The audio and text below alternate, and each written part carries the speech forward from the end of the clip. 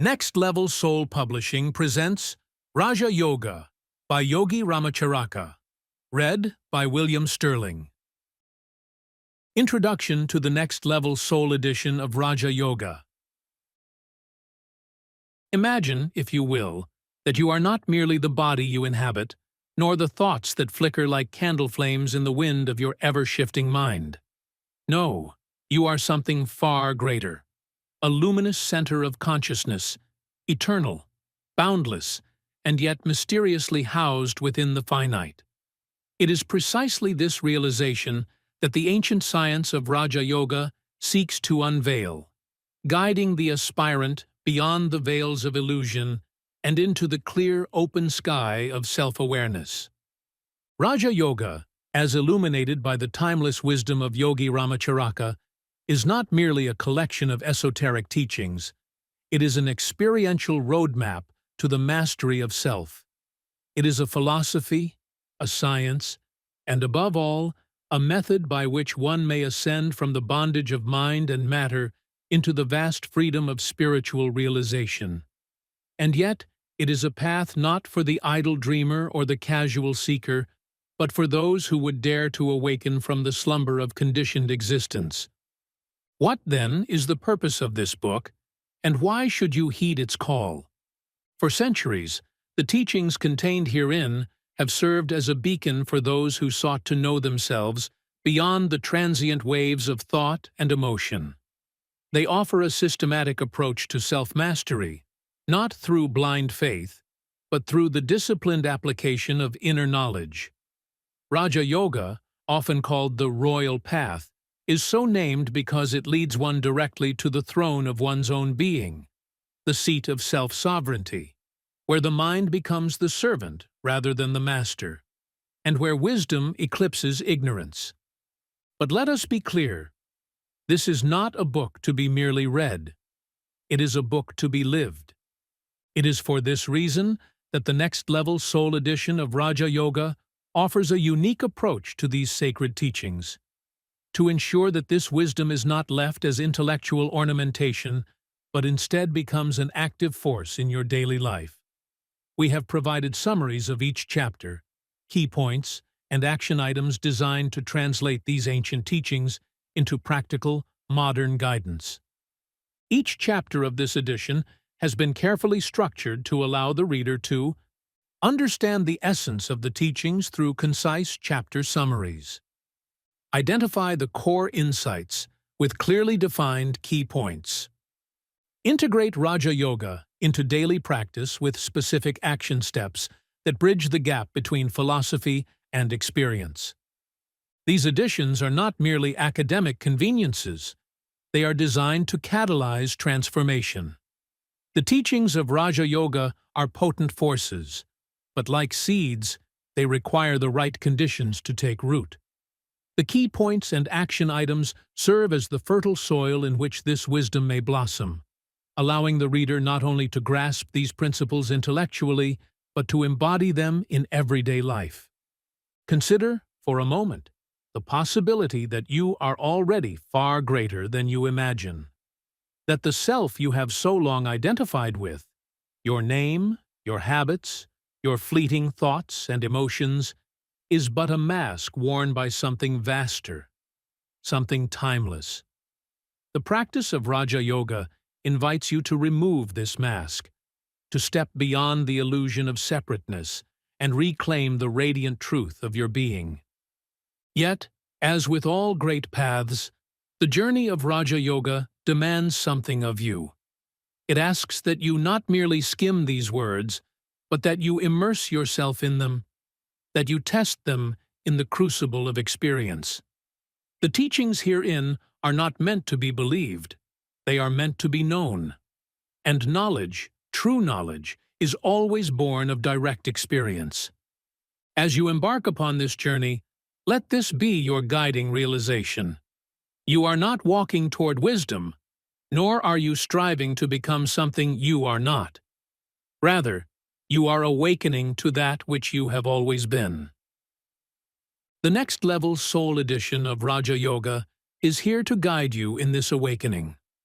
The path is before you. The first step is yours to take. Lesson 1. The I. In India, the candidates for initiation into the science of Raja Yoga, when they apply to the yogi masters for instruction, are given a series of lessons designed to enlighten them regarding the nature of the real self, and to instruct them in the secret knowledge whereby they may develop the consciousness and realization of the real I within them. They are shown how they may cast aside the erroneous or imperfect knowledge regarding their real identity.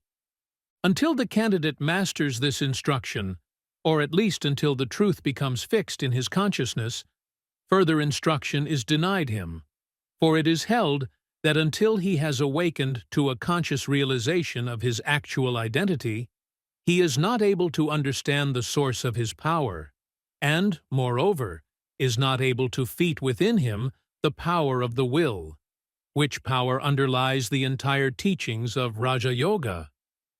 The yogi masters are not satisfied if the candidate forms merely a clear intellectual conception of this actual identity, but they insist that he must feel the truth of the same, must become aware of the real self, must enter into a consciousness in which the realization becomes a part of his everyday self, in which the realizing consciousness becomes the prevailing idea in his mind, around which his entire thoughts and actions revolve. To some candidates, this realization comes like a lightning flash the moment the attention is directed toward it, while in other cases, the candidates find it necessary to follow a rigorous course of training before they acquire the realization in consciousness. The yogi masters teach that there are 2 degrees of this awakening consciousness of the real self. The first, which they call the consciousness of the I, is the full consciousness of real existence that comes to the candidate, and which causes him to know that he is a real entity having a life not depending upon the body, life that will go on in spite of the destruction of the body. Real life, in fact. The second degree, which they call the consciousness of the I Am, is the consciousness of one's identity with the universal life, and his relationship to and in touchness with all life, expressed and unexpressed. These 2 degrees of consciousness come in time to all who seek the path. To some it comes suddenly, to others it dawns gradually. To many it comes assisted by the exercises and practical work of Raja Yoga. The first lesson of the yogi masters to the candidates, leading up to the first degree, above mentioned, is as follows: that the supreme intelligence of the universe, the Absolute, has manifested the being that we call man, the highest manifestation on this planet. The Absolute has manifested an infinitude of forms of life in the universe, including distant worlds, suns, planets, etc., many of these forms being unknown to us on this planet, and being impossible of conception by the mind of the ordinary man. But these lessons have nothing to do with that part of the philosophy which deals with these myriad forms of life, for our time will be taken up with the unfoldment in the mind of man of his true nature and power. Before man attempts to solve the secrets of the universe without, he should master the universe within, the kingdom of the self. When he has accomplished this, then he may, and should, go forth to gain the outer knowledge as a master demanding its secrets, rather than as a slave begging for the crumbs from the table of knowledge. The first knowledge for the candidate is the knowledge of the self. Man, the highest manifestation of the Absolute, as far as this planet is concerned, is a wonderfully organized being. Although the average man understands but little of his real nature, he comprises within his physical, mental, and spiritual makeup both the highest and the lowest, as we have shown in our previous lessons, the 14 lessons and the advanced course. In his bones, he manifests almost in the form of mineral life. In fact, in his bones, body, and blood, mineral substances actually exist. The physical life of the body resembles the life of the plant. Many of the physical desires and emotions are akin to those of the lower animals. And in the undeveloped man, these desires and emotions predominate and overpower the higher nature, which latter is scarcely in evidence. Then man has a set of mental characteristics that are his own, and which are not possessed by the lower animals, see 14 lessons. And in addition to the mental faculties common to all men, or rather, that are in evidence in a greater or lesser degree among all men, there are still higher faculties latent within man, which, when manifested and expressed, render man more than ordinary man. The unfoldment of these latent faculties is possible to all who have reached the proper stage of development, and the desire and hunger of the student for this instruction is caused by the pressure of these unfolding latent faculties, crying to be born into consciousness. Then there is that wonderful thing, the will, which is but faintly understood by those ignorant of the yogi philosophy, the power of the ego, its birthright from the Absolute. But while these mental and physical things belong to man, they are not the man himself. Before the man is able to master, control, and direct the things belonging to him, his tools and instruments, he must awaken to a realization of himself. He must be able to distinguish between the I and the not I. And this is the first task before the candidate. That which is the real self of man is the divine spark sent forth from the sacred flame. It is the child of the divine parent. It is immortal, eternal, indestructible, invincible. It possesses within itself power, wisdom, and reality. But like the infant that contains within itself the sometime man, the mind of man is unaware of its latent and potential qualities and does not know itself. As it awakens and unfolds into the knowledge of its real nature, it manifests its qualities and realizes what the Absolute has given it. When the real self begins to awaken, it sets aside from itself those things which are but appendages to it, but which it, in its half-waking state, had regarded as itself.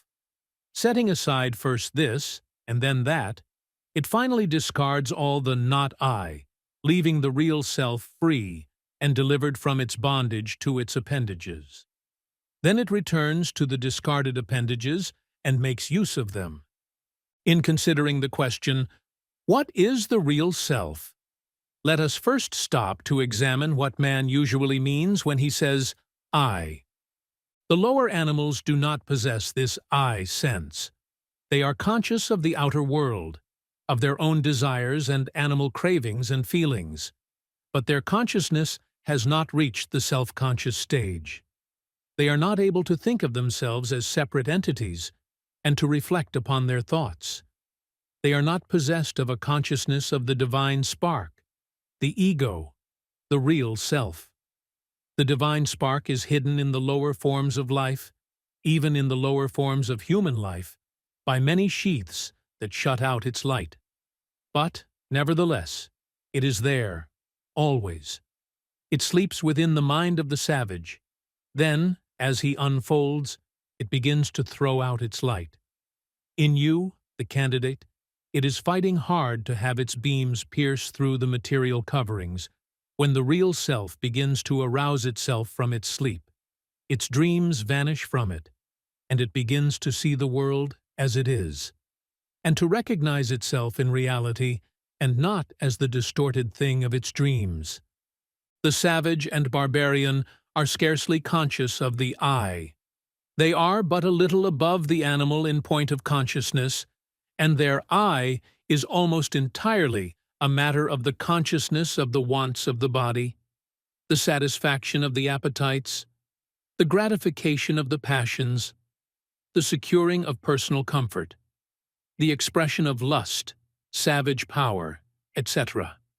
In the savage, the lower part of the instinctive mind is the seat of the I. See 14 lessons for explanation of the several mental planes of man. If the savage could analyze his thoughts, he would say that the I was the physical body, the said body having certain feelings, wants, and desires. The I of such a man is a physical I, the body representing its form and substance. Not only is this true of the savage, but even among so-called civilized men of today, we find many in this stage. They have developed powers of thinking and reasoning, but they do not live in their minds, as do some of their brothers. They use their thinking powers for the gratification of their bodily desires and cravings, and really live on the plane of the instinctive mind. Such a person may speak of my mind or my soul, not from a high position where he looks upon these things from the standpoint of a master who realizes his real self, but from below, from the point of view of the man who lives on the plane of the instinctive mind, and who sees above himself the higher attributes. To such people, the body is the I. Their I is bound up with the senses, and that which conies to them through the senses. Of course, as man advances in culture and civilization, his senses become educated and are satisfied only with more refined things, while the less cultivated man is perfectly satisfied with the more material and gross sense gratifications. Much that we call cultivation and culture is naught but a cultivation of a more refined form of sense gratification, instead of a real advance in consciousness and enfoldment. It is true that the advanced student and master is possessed of highly developed senses, often far surpassing those of the ordinary man. But in such cases, the senses have been cultivated under the mastery of the will, and are made servants of the ego instead of things hindering the progress of the soul. They are made servants instead of masters. As man advances in the scale, he begins to have a somewhat higher conception of the I. He begins to use his mind and reason, and he passes on to the mental plane. His mind begins to manifest upon the plane of intellect. He finds that there is something within him that is higher than the body. He finds that his mind seems more real to him than does the physical part of him, and in times of deep thought and study, he is able almost to forget the existence of the body. In this second stage, man soon becomes perplexed. He finds problems that demand an answer, but as soon as he thinks he has answered them, the problems present themselves in a new phase, and he is called upon explain his explanation. The mind, even although not controlled and directed by the will, has a wonderful range, but, nevertheless, man finds himself traveling around and around in a circle, and realizes that he is confronted continually by the unknown. This disturbs him, and the higher the stage of book learning he attains, the more disturbed does he become. The man of but little knowledge does not see the existence of many problems that force themselves before the attention of the man of more knowledge and demand an explanation from him. The tortures of the man who has attained the mental growth that enables him to see the new problems and the impossibility of their answer cannot be imagined by one who has not advanced to that stage. The man in this stage of consciousness thinks of his I as a mental thing, having a lower companion, the body. He feels that he has advanced, but yet his I does not give him the answer to the riddles and questions that perplex him, and he becomes most unhappy. Such men often develop into pessimists and consider the whole of life as utterly evil and disappointing, a curse rather than a blessing. Pessimism belongs to this plane, for neither the physical plane man nor the spiritual plane man have this curse of pessimism. The former man has no such disquieting thoughts, for he is almost entirely absorbed in gratifying his animal nature, while the latter man recognizes his mind as an instrument of himself rather than as himself, and knows it to be imperfect in its present stage of growth. He knows that he has in himself the key to all knowledge, locked up in the ego, and which the trained mind, cultivated, developed and guided by the awakened will, may grasp as it unfolds. Knowing this, the advanced man no longer despairs, and, recognizing his real nature and his possibilities, as he awakens into a consciousness of his powers and capabilities, he laughs at the old, despondent, pessimistic ideas, and discards them like a worn-out garment. Man on the mental plane of consciousness is like a huge elephant who knows not his own strength. He could break down barriers and assert himself over nearly any condition or environment, but in his ignorance of his real condition and power, he may be mastered by a puny driver or frightened by the rustling of a piece of paper. When the candidate becomes an initiate, when he passes from the purely mental plane on to the spiritual plane, he realizes that the I, the real self, is something higher than either body or mind, and that both of the latter may be used as tools and instruments by the ego or I. This knowledge is not reached by purely intellectual reasoning, although such efforts of the mind are often necessary to help in the unfoldment, and the masters so use it. The real knowledge, however, comes as a special form of consciousness. The candidate becomes aware of the real I, and this consciousness being attained, he passes to the rank of the initiates. When the initiate passes the second degree of consciousness and begins to grow into a realization of his relationship to the whole, when he begins to manifest the expansion of self, then is he on the road to mastership. In the present lesson, we shall endeavor to point out to the candidate the methods of developing or increasing the realization of this I consciousness, this first-degree work. We give the following exercises or development drills for the candidate to practice. He will find that a careful and conscientious following of these directions will tend to unfold in him a sufficient degree of the I consciousness to enable him to enter into higher stages of development and power. All that is necessary is for the candidate to feel within himself the dawn of the awakening consciousness, or awareness of the real self. The higher stages of the I consciousness come gradually, for once on the path there is no retrogression or going backward. There may be pauses on the journey, but there is no such thing as actually losing that which is once gained on the path. This I consciousness, even in its highest stages, is but a preliminary step toward what is called illumination, and which signifies the awakening of the initiate to a realization of his actual connection with and relation to the whole. The full sight of the glory of the I is but a faint reflected glow of illumination. The candidate, once that he enters fully into the I consciousness, becomes an initiate. And the initiate who enters into the dawn of illumination takes his first step upon the road to mastery. The initiation is the awakening of the soul to a knowledge of its real existence. The illumination is the revelation of the real nature of the soul and of its relationship with the whole.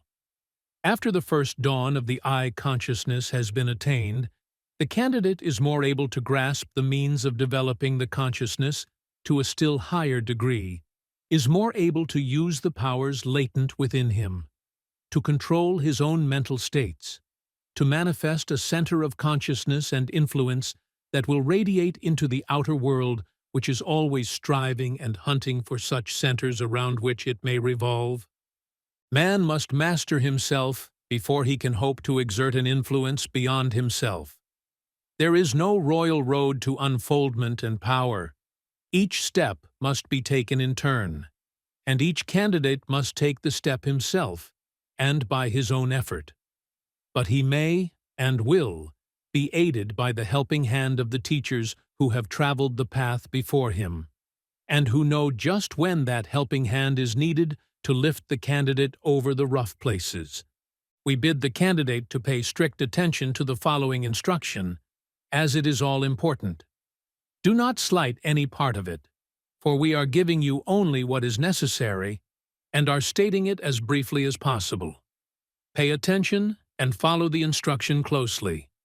This lesson must be mastered before you progress. and it must be practiced not only now, but at many stages of the journey, until full initiation and illumination is yours. Rules and exercises designed to aid the candidate in his initiation.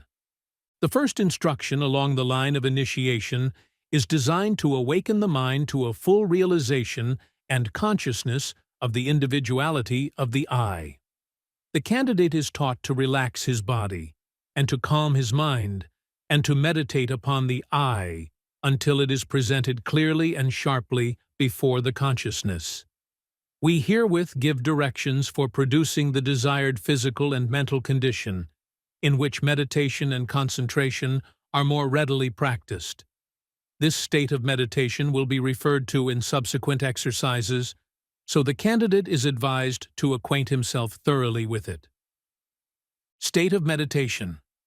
If possible, retire to a quiet place or room where you do not fear interruption, so that your mind may feel secure and at rest. Of course, the ideal condition cannot always be obtained, in which case you must do the best you can. The idea is that you should be able to abstract yourself, so far as is possible, from distracting impressions, and you should be alone with yourself, in communion with your real self. It is well to place yourself in an easy chair or on a couch, so that you may relax the muscles and free the tension of your nerves. You should be able to let go all over, allowing every muscle to become limp until a feeling of perfect peace and restful calm permeates every particle of your being. Rest the body and calm the mind. This condition is best in the earlier stages of the practice, although after the candidate has acquired a degree of mastery, he will be able to obtain the physical relaxation and mental calm whenever and wherever he desires. But he must guard against acquiring a dreamy way of going around, wrapped in meditation when he should be attending to the affairs of life. Remember this: the state of meditation should be entirely under the control of the will and should be entered into only deliberately and at the proper times. The will must be master of this, as well as of every other mental state.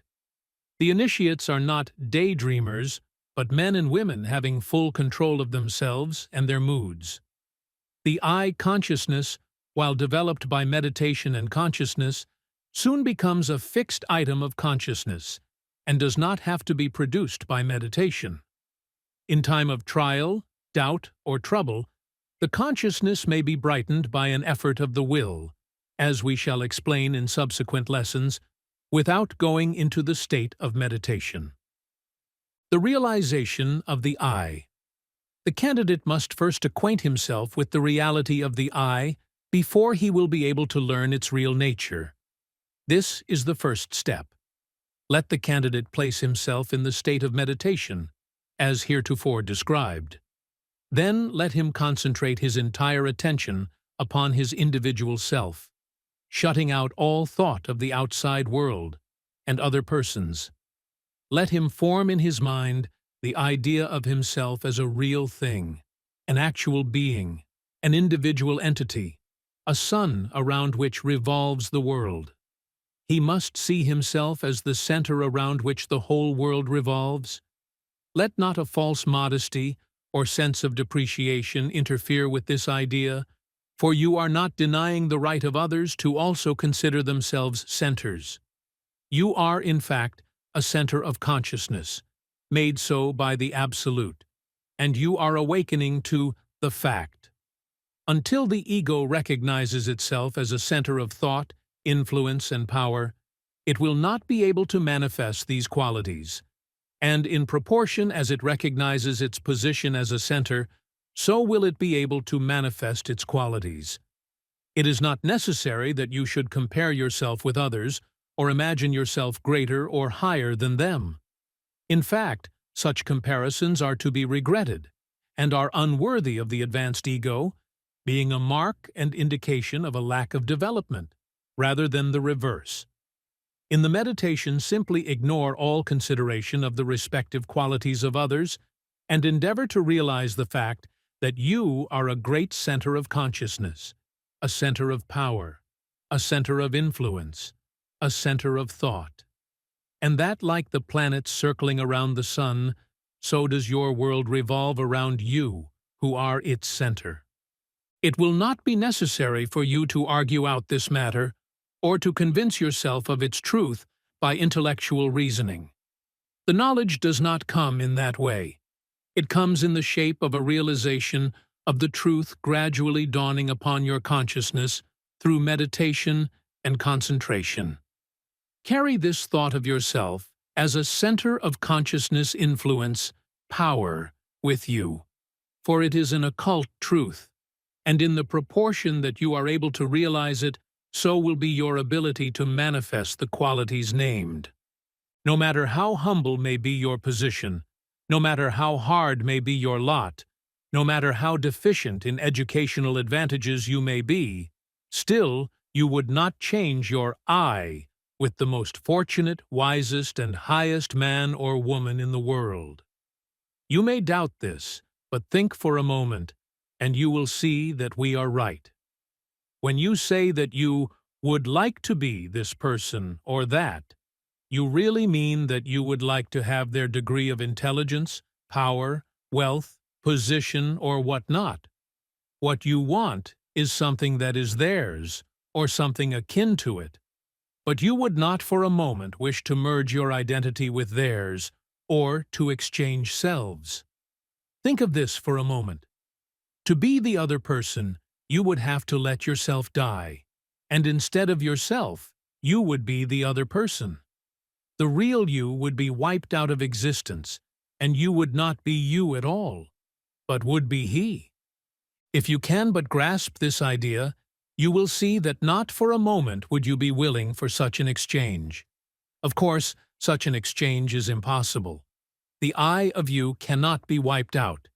It is eternal and will go on and on and on to higher and higher states, but it always will be the same I. Just as you, although a far different sort of person from your childhood self, still you recognize that the same I is there and always has been there. And although you will attain knowledge, experience, power, and wisdom in the coming years, the same I will be there. The I is the divine spark and cannot be extinguished. The majority of people in the present stage of the race development have but a faint conception of the reality of the I. They accept the statement of its existence and are conscious of themselves as an eating, sleeping, living creature, something like a higher form of animal. But they have not awakened to an awareness or realization of the I, which must come to all who become real centers of influence and power. Some men have stumbled into this consciousness, or a degree of it, without understanding the matter. They have felt the truth of it, and they have stepped out from the ranks of the commonplace people of the world and have become powers for good or bad. This is unfortunate to some extent, as this awareness, without the knowledge that should accompany it, may bring pain to the individual and others. The candidate must meditate upon the I and recognize it, feel it, to be a center. This is his first task. Impress upon your mind the word I in this sense and understanding, and let it sink deep down into your consciousness, so that it will become a part of you.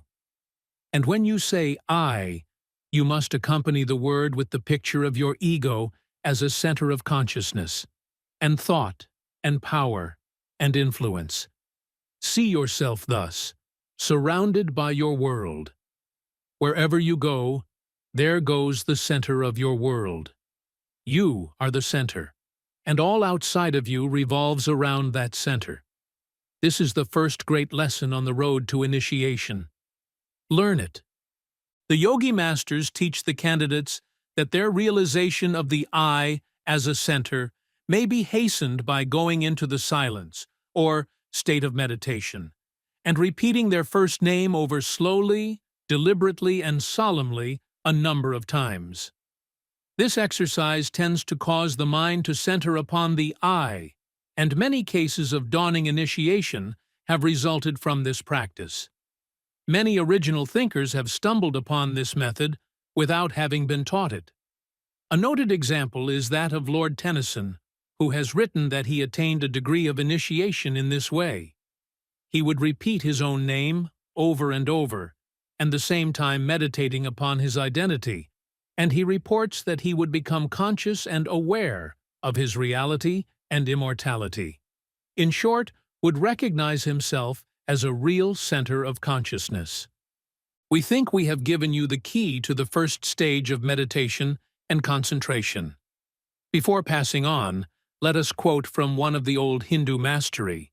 He says, regarding this matter, "When the soul sees itself as a center surrounded by its circumference, when the sun knows that it is a sun, and is surf-minded by its whirling planets, then is it ready for the wisdom and power of the masters."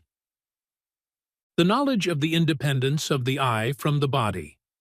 Many of the candidates find themselves prevented from a full realization of the I, even after they have begun to grasp it, by the confusing of the reality of the I with the sense of the physical body. This is a stumbling block that is easily overcome by meditation and concentration, the independence of the I often becoming manifest to the candidate in a flash, upon the proper thought being used as the subject of meditation. The exercise is given as follows. Place yourself in the state of meditation and think of yourself, the real I, as being independent of the body, but using the body as a covering and an instrument. Think of the body as you might of a suit of clothes. Realize that you are able to leave the body and still be the same I. Picture yourself as doing this and looking down upon your body. Think of the body as a shell from which you may emerge without affecting your identity. Think of yourself as mastering and controlling the body that you occupy, and using it to the best advantage, making it healthy, strong, and vigorous, but still being merely a shell or covering for the real you. Think of the body as composed of atoms and cells which are constantly changing, but which are held together by the force of your ego, and which you can improve at will. Realize that you are merely inhabiting the body and using it for your convenience, just as you might use a house. In meditating further, ignore the body entirely, and place your thought upon the real I that you are beginning to feel to be you, and you will find that your identity, your I, is something entirely apart from the body. You may now say, my body, with a new meaning. Divorce the idea of your being a physical being and realize that you are above body. But do not let this conception and realization cause you to ignore the body. You must regard the body as the temple of the spirit, and care for it, and make it a fit habitation for the I. Do not be frightened if, during this meditation, you happen to experience the sensation of being out of the body for a few moments, and of returning to it when you are through with the exercise. The ego is able, in the case of the advanced initiate, of soaring above the confines of the body, but it never severs its connection at such times. It is merely as if one were to look out of the window of a room, seeing what was going on outside, and drawing in his head when he wishes. He does not leave the room, although he may place his head outside in order to observe what is doing in the street. We do not advise the candidate to try to cultivate this sensation, but if it comes naturally during meditation, do not fear. Realizing the immortality and invincibility of the ego. While the majority accept on faith the belief in the immortality of the soul, yet but few are aware that it may be demonstrated by the soul itself. The yogi masters teach the candidates this lesson, as follows. The candidate places himself in the state of meditation, or at least in a thoughtful frame of mind, and then endeavors to imagine himself as dead. That is, he tries to form a mental conception of himself as dead. This, at first thought, appears a very easy thing to imagine, but, as a matter of fact, it is impossible to do so, for the ego refuses to entertain the proposition and finds it impossible to imagine it. Try it for yourself. You will find that you may be able to imagine your body as lying still and lifeless. But the same thought finds that in so doing, you are standing and looking at the body.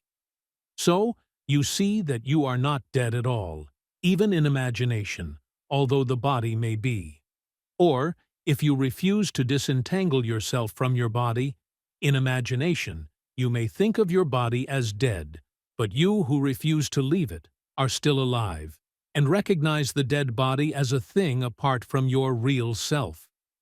No matter how you may twist it, you cannot imagine yourself as dead. The ego insists upon being alive in any of these thoughts, and thus finds that it has within itself the sense and assurance of immortality.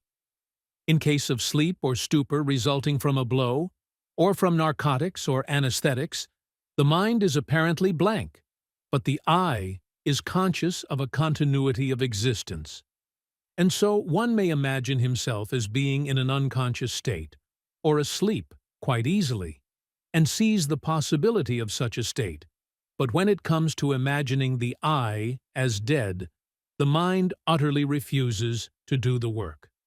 This wonderful fact that the soul carries within itself the evidence of its own immortality is a glorious thing, but one must have reached a degree of unfoldment before he is able to grasp its full significance.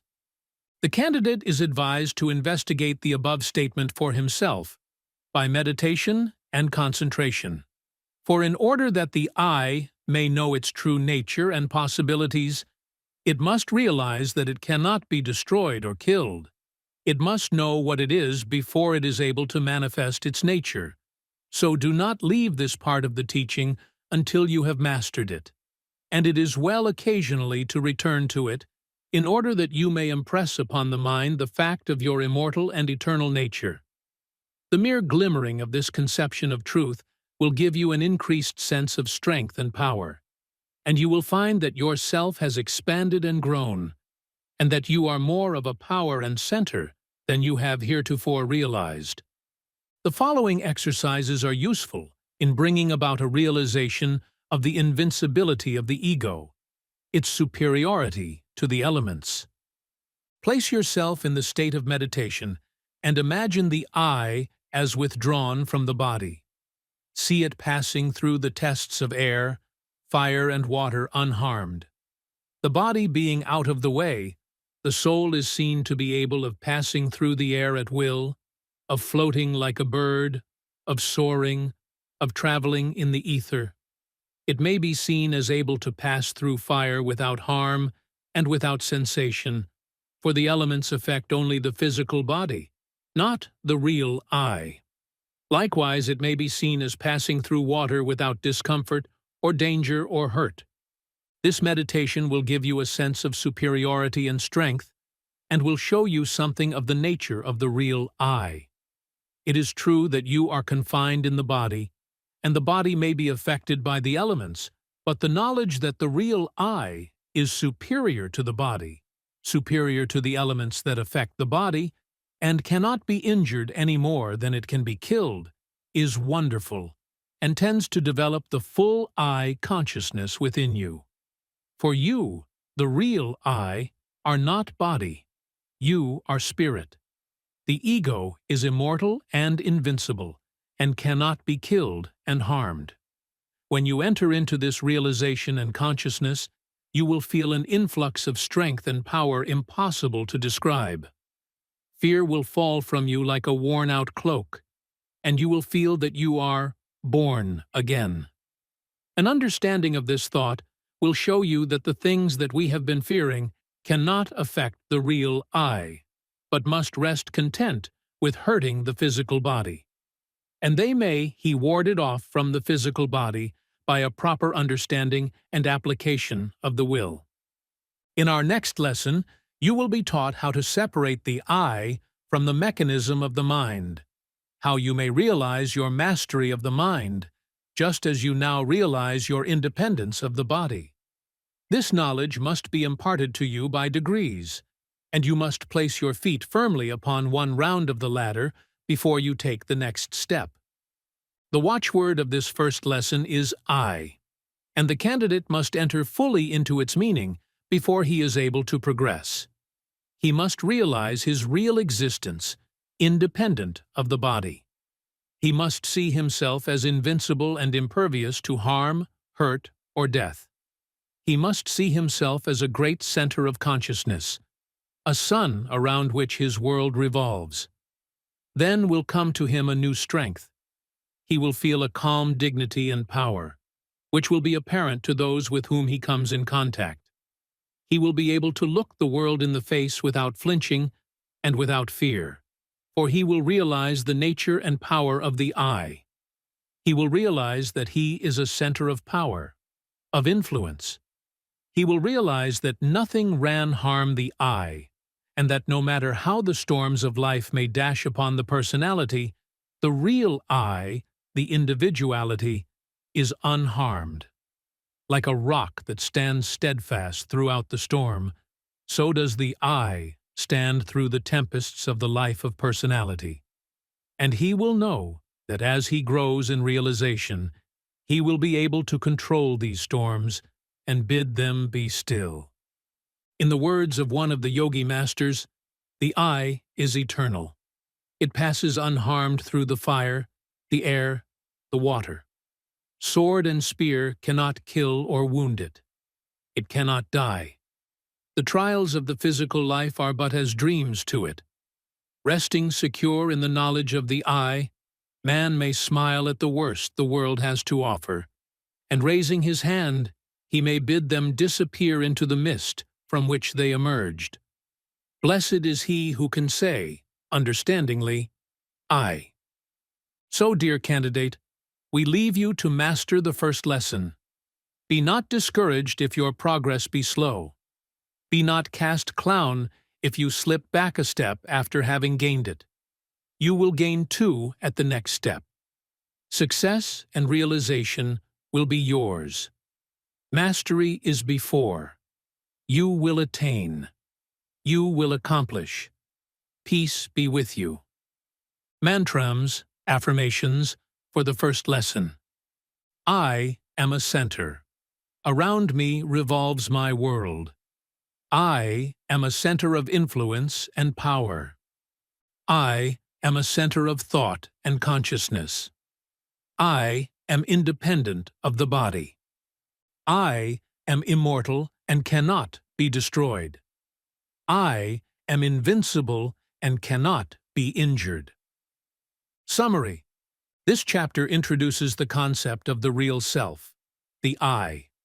It differentiates between the body, mind, and the true I, teaching that the first step in Raja Yoga is to recognize that the self is not the body or mind, but an eternal, unchanging consciousness. Without this fundamental realization, further spiritual progress is impossible. Key takeaways. The I is the real self, distinct from the body and mind.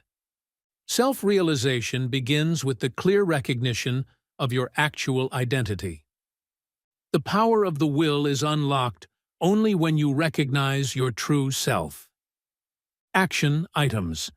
Meditate daily on the idea that I am not this body, I am not this mind, I am the eternal I. Journal reflections on moments when you identified with your body or mind and consciously shift that perspective. Practice mindfulness by observing your thoughts and sensations as separate from your true self. Lesson 2. The Ego's Mental Tools. In the first lesson, we gave instruction and exercises designed to awaken the consciousness of the candidate to a realization of the real I. We confined our instructions to the preliminary teachings or the reality of the I and the means whereby the candidate might be brought to a realization of his real self and its independence from the body and the things of the flesh. We tried to show you how you might awaken to a consciousness of the reality of the I, its real nature, its independence of the body, its immortality, its invincibility, and invulnerability. How well we have succeeded may be determined only by the experience of each candidate, for we can but point out the way, and the candidate must do the real work himself.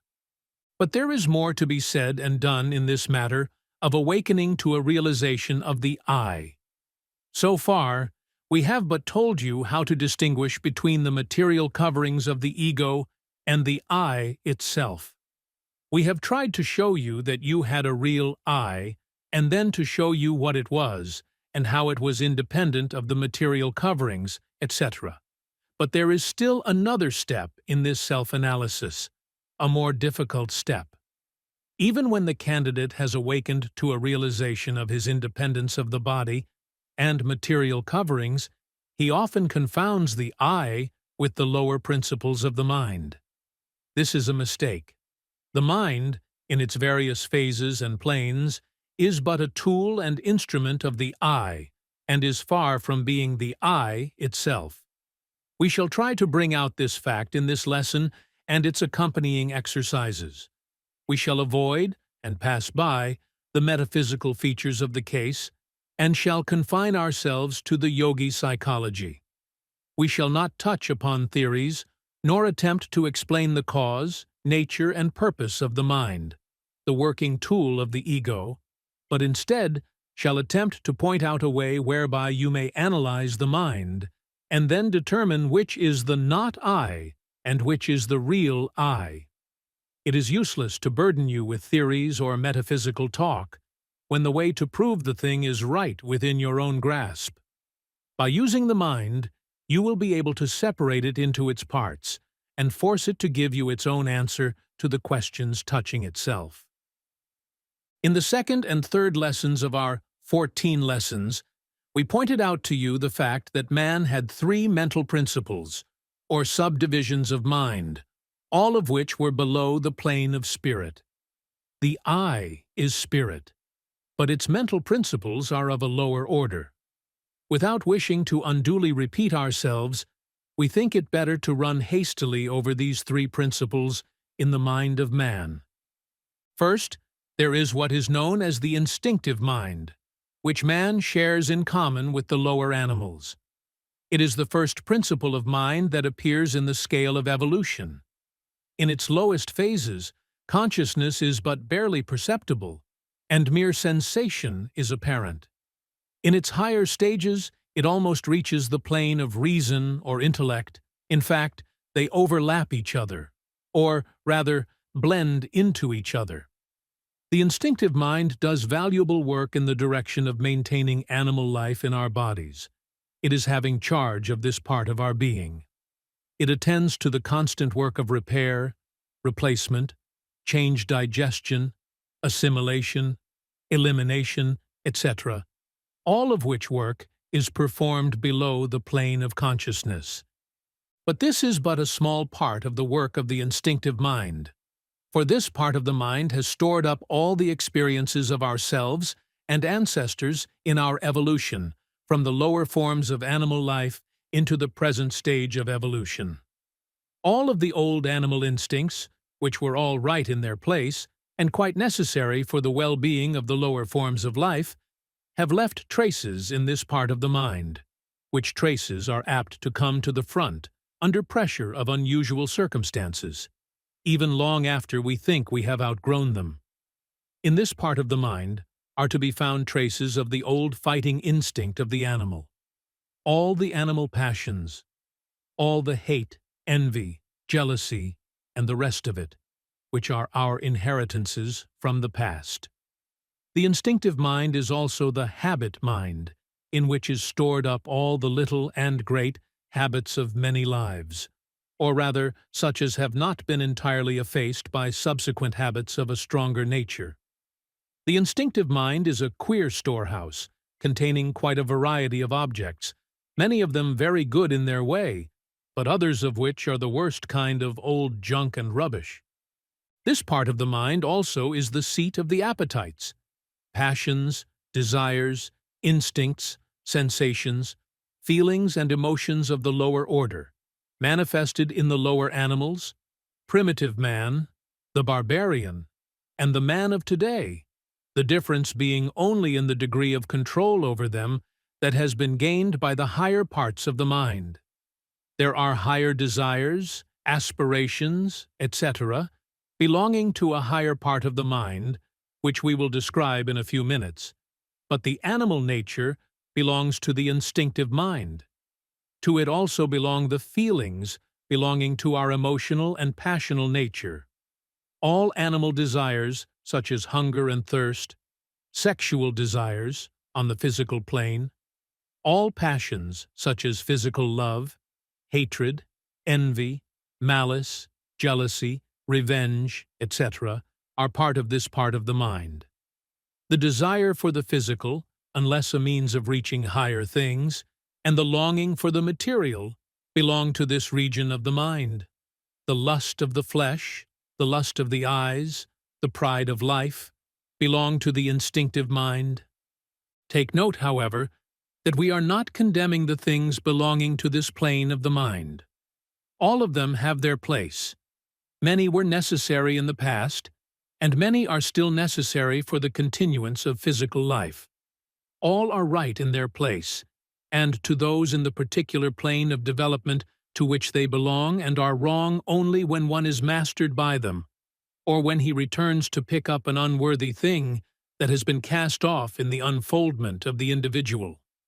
This lesson has nothing to do with the right and wrong of these things. We have treated of that elsewhere, and we mention this part of the mind that you may understand that you have such a thing in your mental makeup, and that you may understand the thought, etc., coming from it, when we start in to analyze the mind in the latter part of this lesson. All we will ask you to do at this stage of the lesson is to realize that this part of the mind, while belonging to you, is not you, yourself. It is not the I part of you. Next in order, above the instinctive mind, is what we have called the intellect, that part of the mind that does our reasoning, analyzing, thinking, etc. You are using it in the consideration of this lesson. But note this, you are using it, but it is not you, any more than was the instinctive mind that you considered a moment ago. You will begin to make the separation if you will think but a moment. We will not take up your time with a consideration of intellect or reason. You will find a good description of this part of the mind in any good elementary work on psychology. Our only idea in mentioning it is that you may make the classification, and that we may afterward show you that the intellect is but a tool of the ego, instead of being the real I itself, as so many seem to imagine. The third and highest mental principle is what is called the spiritual mind, that part of the mind which is almost unknown to many of the race, but which has developed into consciousness with nearly all who read this lesson. For the fact that the subject of this lesson attracts you is a proof that this part of your mental nature is unfolding into consciousness. This region of the mind is the source of that which we call genius, inspiration, spirituality, and all that we consider the highest in our mental makeup. All the great thoughts and ideas float into the field of consciousness from this part of the mind. All the great unfoldment of the race comes from there. All the higher mental ideas that have come to man in his upward evolutionary journey, that tend in the direction of nobility, true religious feeling, kindness, humanity, justice, unselfish love, mercy, sympathy, etc., have come to him through his slowly unfolding spiritual mind. His love of God and of his fellow man have come in this way. His knowledge of the great occult truths reach him through this channel. The mental realization of the I, which we are endeavoring to teach in these lessons, must come to him by way of the spiritual mind, unfolding its ideas into his field of consciousness. But even this great and wonderful part of the mind is but a tool. A highly finished one, it is true, but still a tool to the ego, or I. We propose to give you a little mental drill work, toward the end that you may be able more readily to distinguish the I from the mind, or mental states. In this connection, we would say that every part, plane, and function of the mind is good and necessary, and the student must not fall into the error of supposing that because we tell him to set aside first this part of the mind, and then that part, that we are undervaluing the mind, or that we regard it as an encumbrance or hindrance. Far from this, we realize that it is by the use of the mind that man is enabled to arrive at a knowledge of his true nature and self, and that his progress through many stages yet will depend upon the unfolding of his mental faculties. Man is now using but the lower and inferior parts of his mind, and he has within his mental world great unexplored regions that far surpass anything of which the human mind has dreamed. In fact, it is part of the business of Raja Yoga to aid in unfolding these higher faculties and mental regions. And so far from decrying the mind, the Raja Yoga teachers are chiefly concerned in recognizing the mind's power and possibilities, and directing the student to avail himself of the latent powers that are inherent in his soul. It is only by the mind that the teachings we are now giving you may be grasped and understood and used to your advantage and benefit. We are talking direct to your mind now, and are making appeals to it, that it may be interested and may open itself to what is ready to come into it from its own higher regions.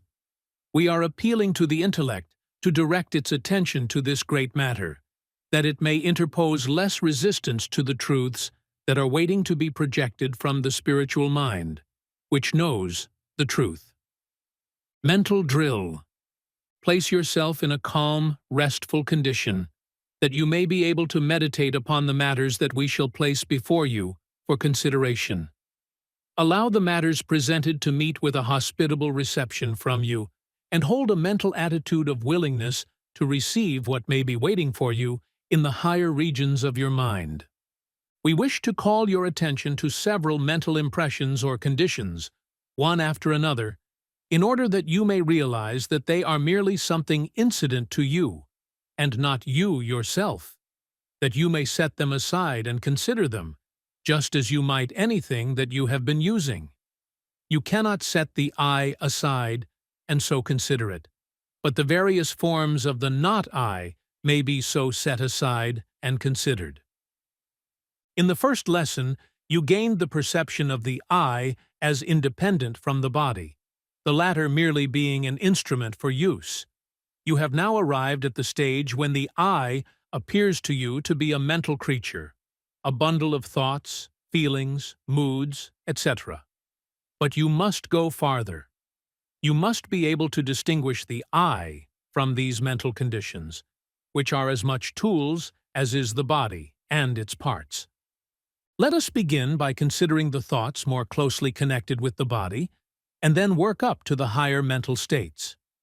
The sensations of the body, such as hunger, thirst, pain, pleasurable sensations, physical desires, etc., are not apt to be mistaken for essential qualities of the I by many of the candidates, for they have passed beyond this stage and have learned to set aside these sensations to a greater or lesser extent by an effort of the will, and are no longer slaves to them.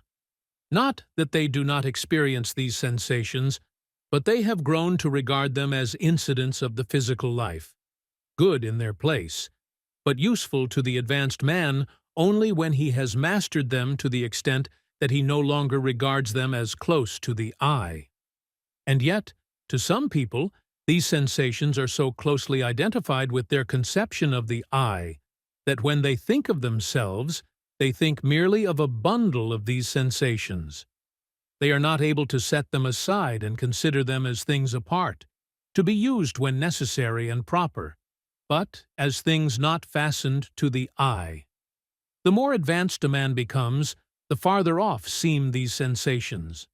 Not that he does not feel hungry, for instance.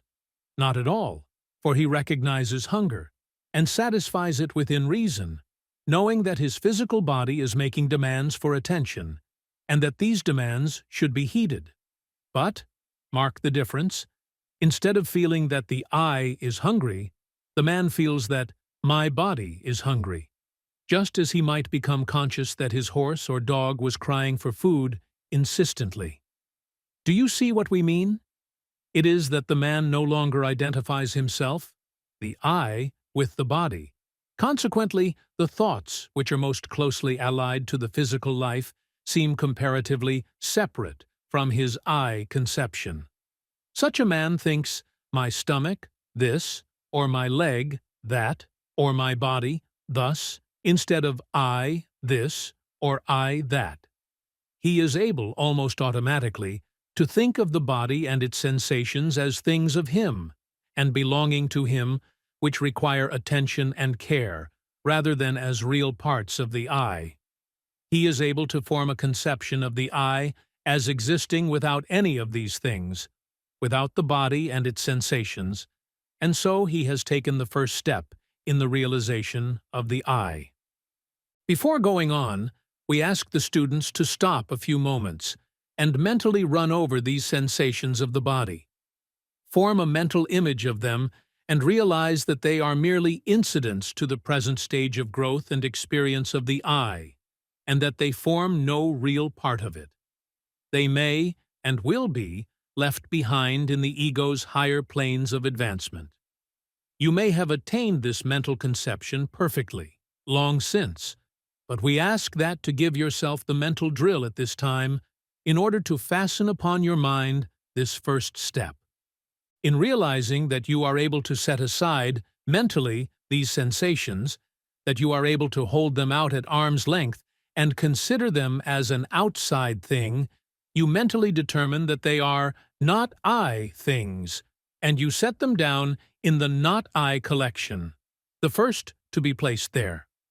Let us try to make this still plainer, even at the risk of wearying you by repetitions, for you must get this idea firmly fixed in your mind.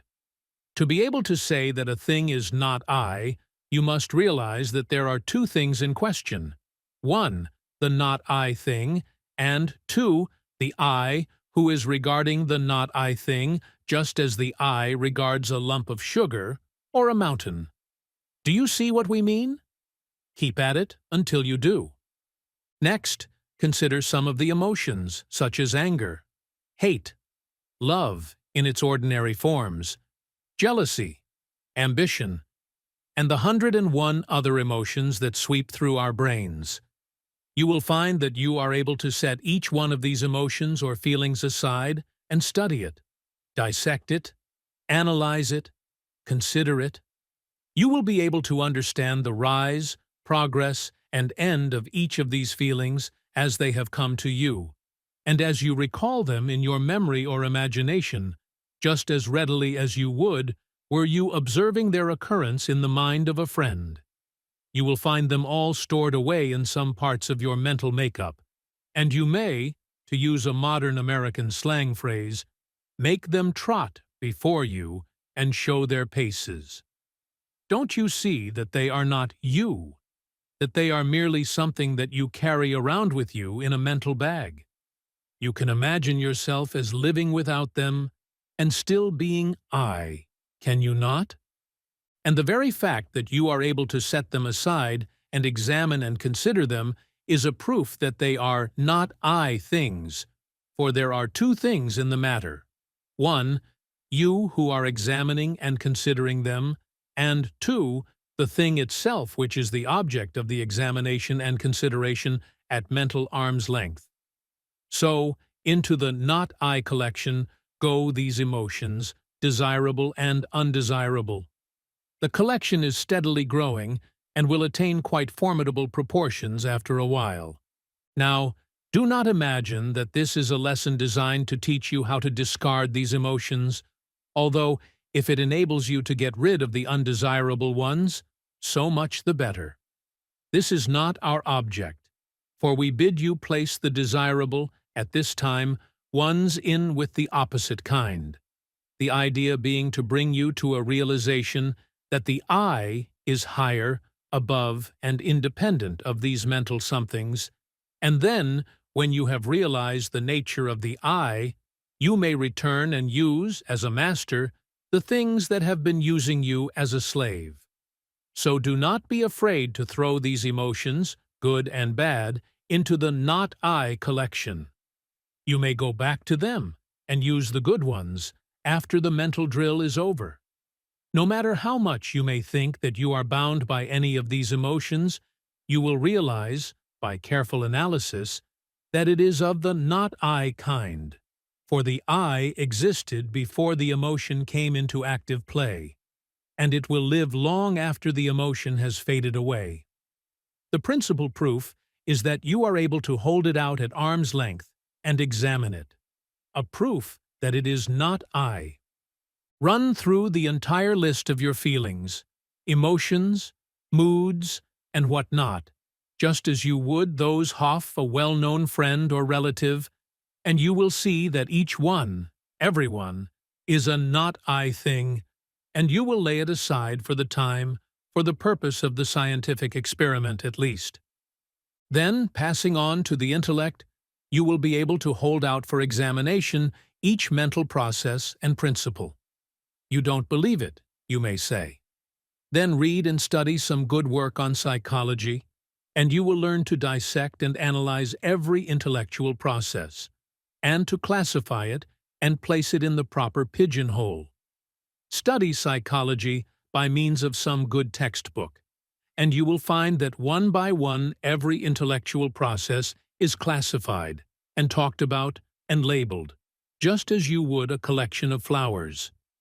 If that does not satisfy you, turn the leaves of some work on logic, and you will admit that you may hold these intellectual processes at arm's length and examine them and talk about them to others, so that these wonderful tools of man, the intellectual powers, may be placed in the not I collection, for the I is capable of standing aside and viewing them. It is able to detach them from itself. The most remarkable thing about this is that in admitting this fact, you realize that the I is using these very intellectual faculties to pass upon themselves. Who is the master that compels these faculties to do this to themselves? The master of the mind, the I. And reaching the higher regions of the mind, even the spiritual mind, you will be compelled to admit that the things that have come into consciousness from that region may be considered and studied, just as may be any other mental thing. And so even these high things must be placed in the not I collection. You may object that this does not prove that all the things in the spiritual mind may be so treated, that there may be I things there that cannot be so treated. We will not discuss this question, for you know nothing about the spiritual mind except as it has revealed itself to you, and the higher regions of that mind are like the mind of a god, when compared to what you call mind. But the evidence of the illumined, those in whom the spiritual mind has wonderfully unfolded, tell us that even in the highest forms of development, the initiates, yea, even the masters, realize that above even their highest mental states there is always that eternal I brooding over them as the sun over the lake, and that the highest conception of the I, known even to advanced souls, is but a faint reflection of the I filtering through the spiritual mind, although that spiritual mind is as clear as the clearest crystal when compared with our comparatively opaque mental states. And the highest mental state is but a tool or instrument of the I and is not the I itself. And yet the I is to be found in the faintest forms of consciousness and animates even the unconscious life. The I is always the same, but its apparent growth is the result of the mental unfoldment of the individual. As we described it in one of the lessons of the advanced course, it is like an electric lamp that is encased in many wrappings of cloth. As cloth after cloth is removed, the light seems to grow brighter and stronger, and yet it has changed not, the change being in the removal of the confining and bedimming coverings. We do not expect to make you realize the I in all its fullness. That is far beyond the highest known to man of today, but we do hope to bring you to a realization of the highest conception of the I, possible to each of you in your present stage of unfoldment, and in the process we expect to cause to drop from you some of the confining sheaths that you have about outgrown. The sheaths are ready for dropping, and all that is required is the touch of a friendly hand to cause them to fall fluttering from you.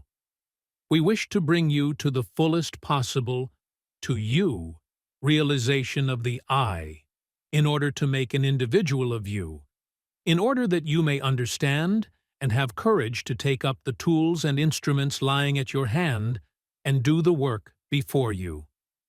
And now, back to the mental drill. After you have satisfied yourself that about everything that you are capable of thinking about is a not I thing, a tool and instrument for your use, you will ask, and now, what is there left that should not be thrown in the not I collection? To this question, we answer the I itself. And when you demand a proof, we say, try to set aside the I for consideration. You may try from now until the passing away of infinities, and you will never be able to set aside the real I for consideration. You may think you can, but a little reflection will show you that you are merely setting aside some of your mental qualities or faculties. And in this process, what is the I doing? Simply setting aside and considering things.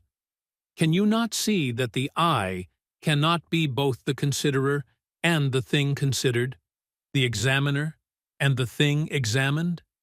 Can the sun shine upon itself by its own light? You may consider the I of some other person, but it is your I that is considering. But you cannot, as an I, stand aside and see yourself as an I. Then what evidence have we that there is an I to us? This, that you are always conscious of being the considerer and examiner instead of the considered and examined thing, and then you have the evidence of your consciousness. And what report does this consciousness give us? Simply this, and nothing more. I am. That is all that the I is conscious of regarding its true self. I am. But that consciousness is worth all the rest, for the rest is but not I tools that the I may reach out and use. And so, at the final analysis, you will find that there is something that refuses to be set aside and examined by the I, and that something is the I itself, that I eternal, unchangeable, that drop of the great spirit ocean, that spark from the sacred flame. Just as you find it impossible to imagine the I as dead, so will you find it impossible to set aside the I for consideration.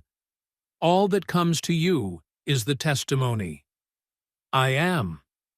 If you were able to set aside the I for consideration, who would be the one to consider it? Who could consider except the I itself? And if it be here, how could it be there? The I cannot be the not I, even in the wildest flights of the imagination. The imagination, with all its boasted freedom and power, confesses itself vanquished when asked to do this thing. O students, may you be brought to a realization of what you are. May you soon awaken to the fact that you are sleeping gods, that you have within you the power of the universe, awaiting your word to manifest in action.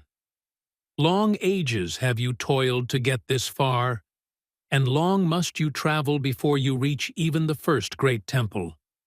But you are now entering into the conscious stage of spiritual evolution. No longer will your eyes be closed as you walk the path. From now on, you will begin to see clearer and clearer each step, in the dawning light of consciousness. You are in touch with all of life, and the separation of your I from the great universal I is but apparent and temporary. We will tell you of these things in our third lesson, but before you can grasp that you must develop the I consciousness within you. Do not lay aside this matter as one of no importance. Do not dismiss our weak explanation as being merely words, words, words, as so many are inclined to do. We are pointing out a great truth to you. Why not follow the leadings of the Spirit, which even now, this moment while you read, is urging you to walk the path of attainment? Consider the teachings of this lesson and practice the mental drill until your mind has grasped its significance. Then let it sink deep down into your inner consciousness. Then will you be ready for the next lessons and those to follow. Practice this mental drill until you are fully assured of the reality of the I and the relativity of the not I in the mind. When you once grasp this truth, you will find that you will be able to use the mind with far greater power and effect, for you will recognize that it is your tool and instrument, fitted and intended to do your bidding. You will be able to master your moods and emotions when necessary, and will rise from the position of a slave to a master. Our words seem cheap and poor when we consider the greatness of the truth that we are endeavoring to convey by means of them. For who can find words to express the inexpressible? All that we may hope to do is to awaken a keen interest and attention on your part, so that you will practice the mental drill, and thus obtain the evidence of your own mentality to the truth. Truth is not truth to you until you have proven it in your own experience, and once so proven you cannot be robbed of it, nor can it be argued away from you. You must realize that in every mental effort, you, the I, are behind it. You bid the mind work, and it obeys your will. You are the master, and not the slave of your mind. You are the driver, not the driven. Shake yourself loose from the tyranny of the mind that has oppressed you for so long. Assert yourself and be free. We will help you in this direction during the course of these lessons, but you must first assert yourself as a master of your mind. Sign the mental declaration of independence from your moods, emotions, and uncontrolled thoughts, and assert your dominion over them. Enter into your kingdom, thou manifestation of the Spirit. While this lesson is intended primarily to bring clearly into your consciousness the fact that the I is a reality, separate and distinct from its mental tools, and while the control of the mental faculties by the will forms a part of some of the future lessons, still, we think that this is a good place to point out to you the advantages arising from a realization of the true nature of the I and the relative aspect of the mind. Many of us have supposed that our minds were the masters of ourselves, and we have allowed ourselves to be tormented and worried by thoughts running away with us and presenting themselves at inopportune moments. The initiate is relieved from this annoyance, for he learns to assert his mastery over the different parts of the mind, and controls and regulates his mental processes, just as one would a fine piece of machinery. He is able to control his conscious thinking faculties and direct their work to the best advantage, and he also learns how to pass on orders to the subconscious mental region and bid it work for him while he sleeps, or even when he is using his conscious mind in other matters. These subjects will be considered by us in due time, during the course of lessons.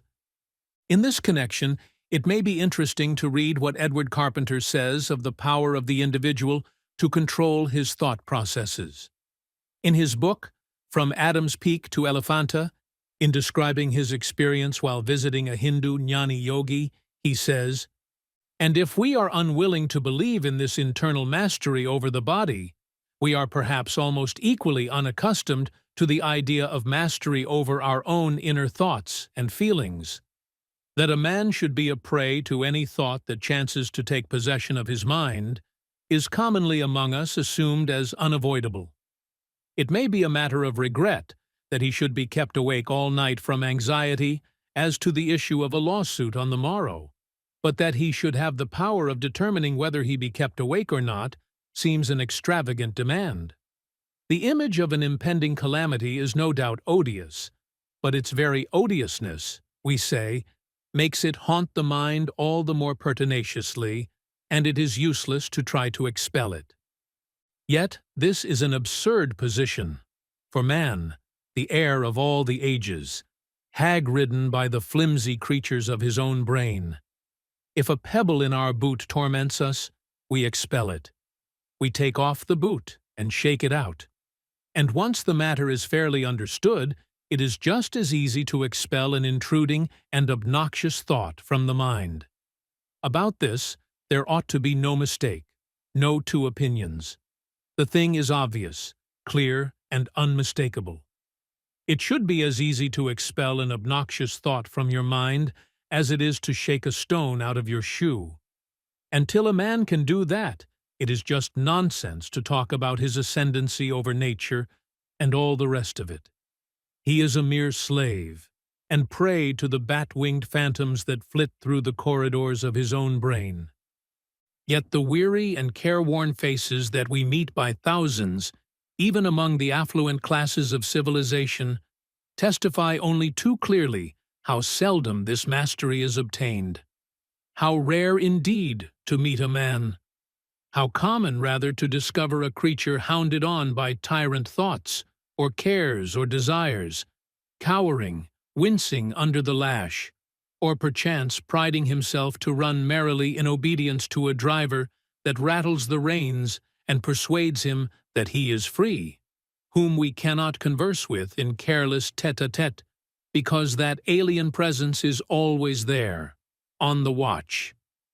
It is one of the most prominent doctrines of Raja Yoga that the power of expelling thoughts, or if need be, killing them dead on the spot, must be attained.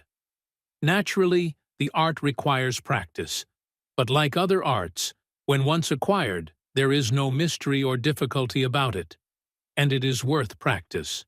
It may indeed fairly be said that life only begins when this art has been acquired. For obviously, when instead of being ruled by individual thoughts, the whole flock of them in their immense multitude and variety and capacity is ours to direct and dispatch and employ where we list, for he maketh the winds his messengers and the flaming fire his minister. Life becomes a thing so vast and grand compared with what it was before, that its former condition may well appear almost antenatal. If you can kill a thought dead, for the time being, you can do anything else with it that you please. And therefore, it is that this power is so valuable. And it not only frees a man from mental torment, which is 9/10 at least of the torment of life, but it gives him a concentrated power of handling mental work absolutely unknown to him before. The two things are correlative to each other. As already said, this is one of the principles of Raja Yoga. While at work, your thought is to be absolutely concentrated in it, undistracted by anything whatever irrelevant to the matter in hand, pounding away like a great engine, with giant power and perfect economy, no wear and tear of friction or dislocation of parts owing to the working of different forces at the same time. Then, when the work is finished, if there is no more occasion for the use of the machine, it must stop equally, absolutely, stop entirely. No worrying, as if a parcel of boys were allowed to play their devilments with a locomotive as soon as it was in the shed. And the man must retire into that region of his consciousness where his true self dwells. I say the power of the thought machine itself is enormously increased by this faculty of letting it alone on the one hand, and of using it singly and with concentration on the other. It becomes a true tool, which a master workman lays down when done with, but which only a bungler carries about with him all the time to show that he is the possessor of it. We ask the students to read carefully the above quotations from Mr. Carpenter's book, for they are full of suggestions that may be taken up to advantage by those who are emancipating themselves from their slavery to the unmastered mind, and who are now bringing the mind under control of the ego by means of the will. Our next lesson will take up the subject of the relationship of the I to the universal I, and will be called the expansion of the self. It will deal with the subject not from a theoretical standpoint, but from the position of the teacher who is endeavoring to make his students actually aware in their consciousness of the truth of the proposition. In this course, we are not trying to make our students past masters of theory, but are endeavoring to place them in a position whereby they may know for themselves and actually experience the things of which we teach. Therefore, we urge upon you not to merely rest content with reading this lesson, but, instead, to study and meditate upon the teachings mentioned under the head of mental drill, until the distinctions stand out clearly in your mind, and until you not only believe them to be true, but actually are conscious of the I and its mental tools. Have patience and perseverance. The task may be difficult, but the reward is great. To become conscious of the greatness, majesty, strength, and power of your real being is worth years of hard study. Do you not think so? Then study and practice hopefully, diligently, and earnestly. Peace be with you. Mantrams, affirmations, for the second lesson. I am an entity. My mind is my instrument of expression. I exist independent of my mind, and am not dependent upon it for existence or being. I am master of my mind, not its slave.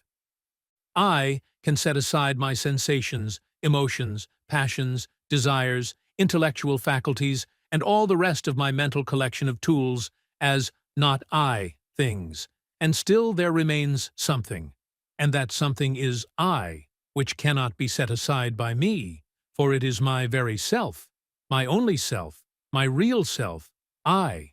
That which remains after all that may be set aside is the I, myself, eternal, constant, unchangeable. Summary. This chapter delves into the mind as a tool of the I. It describes the different layers of the mind, the instinctive mind, intellect, and spiritual mind, and teaches that mastery over these mental tools is essential for spiritual growth. The I must control the mind, not be controlled by it. Key takeaways. The mind is not the self. It is an instrument for expression. Understanding the mental layers, instinct, intellect, spirit, is crucial for self-mastery. True power comes from recognizing and wielding control over mental processes. Action items. Observe your thoughts and classify them. Instinctive, emotions, habits. Intellectual, analysis, reasoning. Or spiritual, inspiration, intuition. Practice affirmations like, I am the master of my mind. My mind is my servant. Engage in activities that challenge your intellect, but remain aware of your identity as the I beyond the thinker. Lesson 3. The expansion of the self. In the first two lessons of this course, we have endeavored to bring to the candidate a realization in consciousness of the reality of the I, and to enable him to distinguish between the self and its sheaths, physical and mental. In the present lesson, we will call his attention to the relationship of the I to the universal I, and will endeavor to give him an idea of a greater, grander self, transcending personality, and the little self that we are so apt to regard as the I. The keynote of this lesson will be the oneness of all, and all of its teachings will be directed to awakening a realization in consciousness of that great truth. But we wish to impress upon the mind of the candidate that we are not teaching him that he is the absolute. We are not teaching the I am God belief, which we consider to be erroneous and misleading, and a perversion of the original yogi teachings.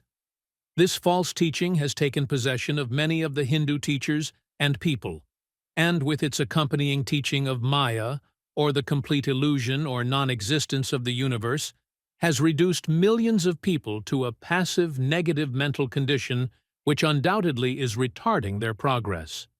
Not only in India is this true, but the same facts may be observed among the pupils of the Western teachers who have embraced this negative side of the Oriental philosophy. Such people confound the absolute and relative aspects of the one, and being unable to reconcile the facts of life and the universe with their theories of "I am God," they are driven to the desperate expedient of boldly denying the universe and declaring it to be all an illusion or Maya. You will have no trouble in distinguishing the pupils of the teachers holding this view. They will be found to exhibit the most negative mental condition, a natural result of absorbing the constant suggestion of nothingness, the gospel of negation. In marked contrast to the mental condition of the students, however, will be observed the mental attitude of the teachers, who are almost uniformly examples of vital, positive mental force capable of hurling their teaching into the minds of the pupils, of driving in their statements by the force of an awakened will. The teacher, as a rule, has awakened to a sense of the I consciousness, and really develops the same by his I am God attitude, because by holding this mental attitude, he is enabled to throw off the influence of the sheaths of the lower mental principles, and the light of the self shows forth fiercely and strongly, sometimes to such an extent that it fairly scorches the mentality of the less advanced pupil. But, notwithstanding this awakened I consciousness, the teacher is handicapped by his intellectual misconception and befogging metaphysics, and is unable to impart the I consciousness to his pupils, and, instead of raising them up to shine with equal splendor with himself, he really forces them into a shadow by reason of his teachings. Our students, of course, will understand that the above is not written in the spirit of carping criticism or fault-finding. We hold no such mental attitude, and indeed could not, if we remain true to our conception of truth. We are mentioning these matters simply that the student may avoid this "I am God" pitfall, which awaits the candidate just as he has well started on the path. It would not be such a serious matter if it were merely a question of faulty metaphysics, for that would straighten itself out in time. But it is far more serious than this, for the teaching inevitably leads to the accompanying teaching that all is illusion or Maya, and that life is but a dream, a false thing, a lie, a nightmare, that the journey along the path is but an illusion, that everything is nothing, that there is no soul, that you are God in disguise, and that he is fooling himself in making believe that he is you, that life is but a divine masquerade or sleight-of-hand performance, that you are God, but that you, God, are fooling yourself, God, in order to amuse yourself, God. Is not this horrible? And yet it shows to what lengths the human mind will go before it will part with some pet theory of metaphysics with which it has been hypnotized. Do you think that we have overdrawn the picture? Then read some of the teachings of these schools of the Oriental philosophy, or listen to some of the most radical of the Western teachers preaching this philosophy. The majority of the latter lack the courage of the Hindu teachers in carrying their theories to a logical conclusion, and consequently they veil their teachings with metaphysical subtlety. But a few of there are more courageous, and come out into the open and preach their doctrine in full. Some of the modern Western teachers of this philosophy explain matters by saying that God is masquerading as different forms of life, including man, in order that he may gain the experience resulting therefrom.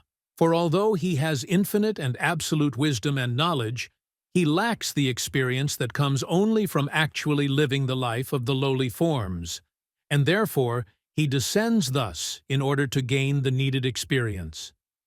Can you imagine the Absolute, possessed of all possible knowledge and wisdom, feeling the need of such petty experience, and living the life of the lowly forms, including man, in order to gain experience?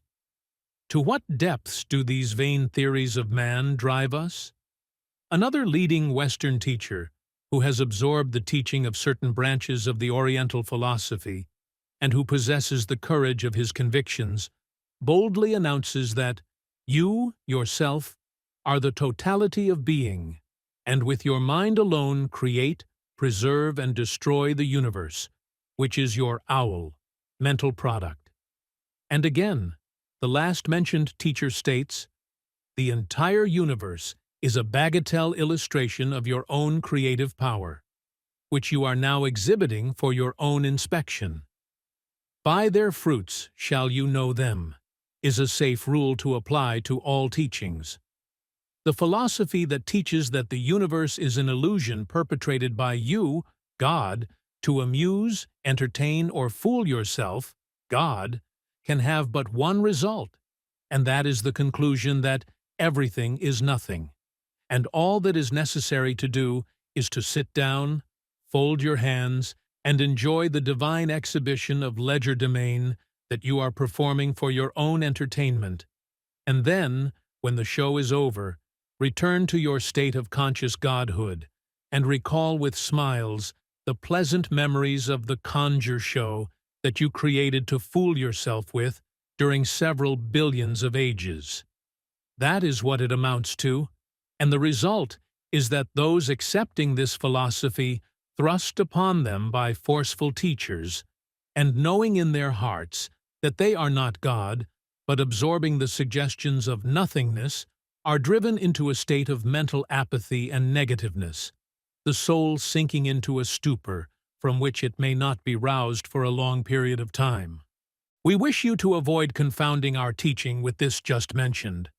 We wish to teach you that you are a real being, not God himself, but a manifestation of him who is the Absolute. You are a child of the Absolute, if you prefer the term, possessed of the divine heritage, and whose mission it is to unfold qualities which are your inheritances from your parent. Do not make the great mistake of confounding the relative with the absolute. Avoid this pitfall into which so many have fallen. Do not allow yourself to fall into the slough of despond, and wallow in the mud of nothingness, and to see no reality except in the person of some forceful teacher who takes the place of the absolute in your mind. But raise your head and assert your divine parentage and your heritage from the absolute, and step out boldly on the path, asserting the I.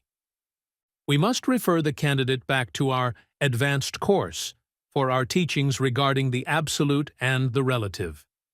The last 3 lessons of that course will throw light upon what we have just said. To repeat the teaching at this point would be to use space which is needed for the lesson before us. And yet, while the I is not God, the Absolute, it is infinitely greater than we have imagined it to be before the light dawned upon us. It extends itself far beyond what we had conceived to be its limits. It touches the universe at all its points, and is in the closest union with all of life. It is in the closest touch with all that has emanated from the Absolute, all the world of relativity. And while it faces the relative universe, it has its roots in the Absolute, and draws nourishment therefrom, just as does the babe in the womb obtain nourishment from the mother.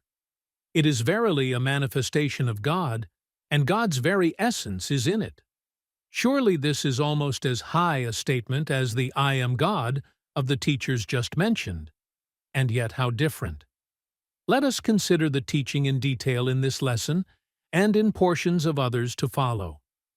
Let us begin with a consideration of the instruments of the ego, and the material with which and through which the ego works. Let us realize that the physical body of man is identical in substance with all other forms of matter, and that its atoms are continually changing and being replaced, the material being drawn from the great storehouse of matter, and that there is a oneness of matter underlying all apparent differences of form and substance. And then let us realize that the vital energy or prana that man uses in his life work is but a portion of that great universal energy which permeates everything and everywhere, the portion being used by us at any particular moment being drawn from the universal supply, and again passing out from us into the great ocean of force or energy.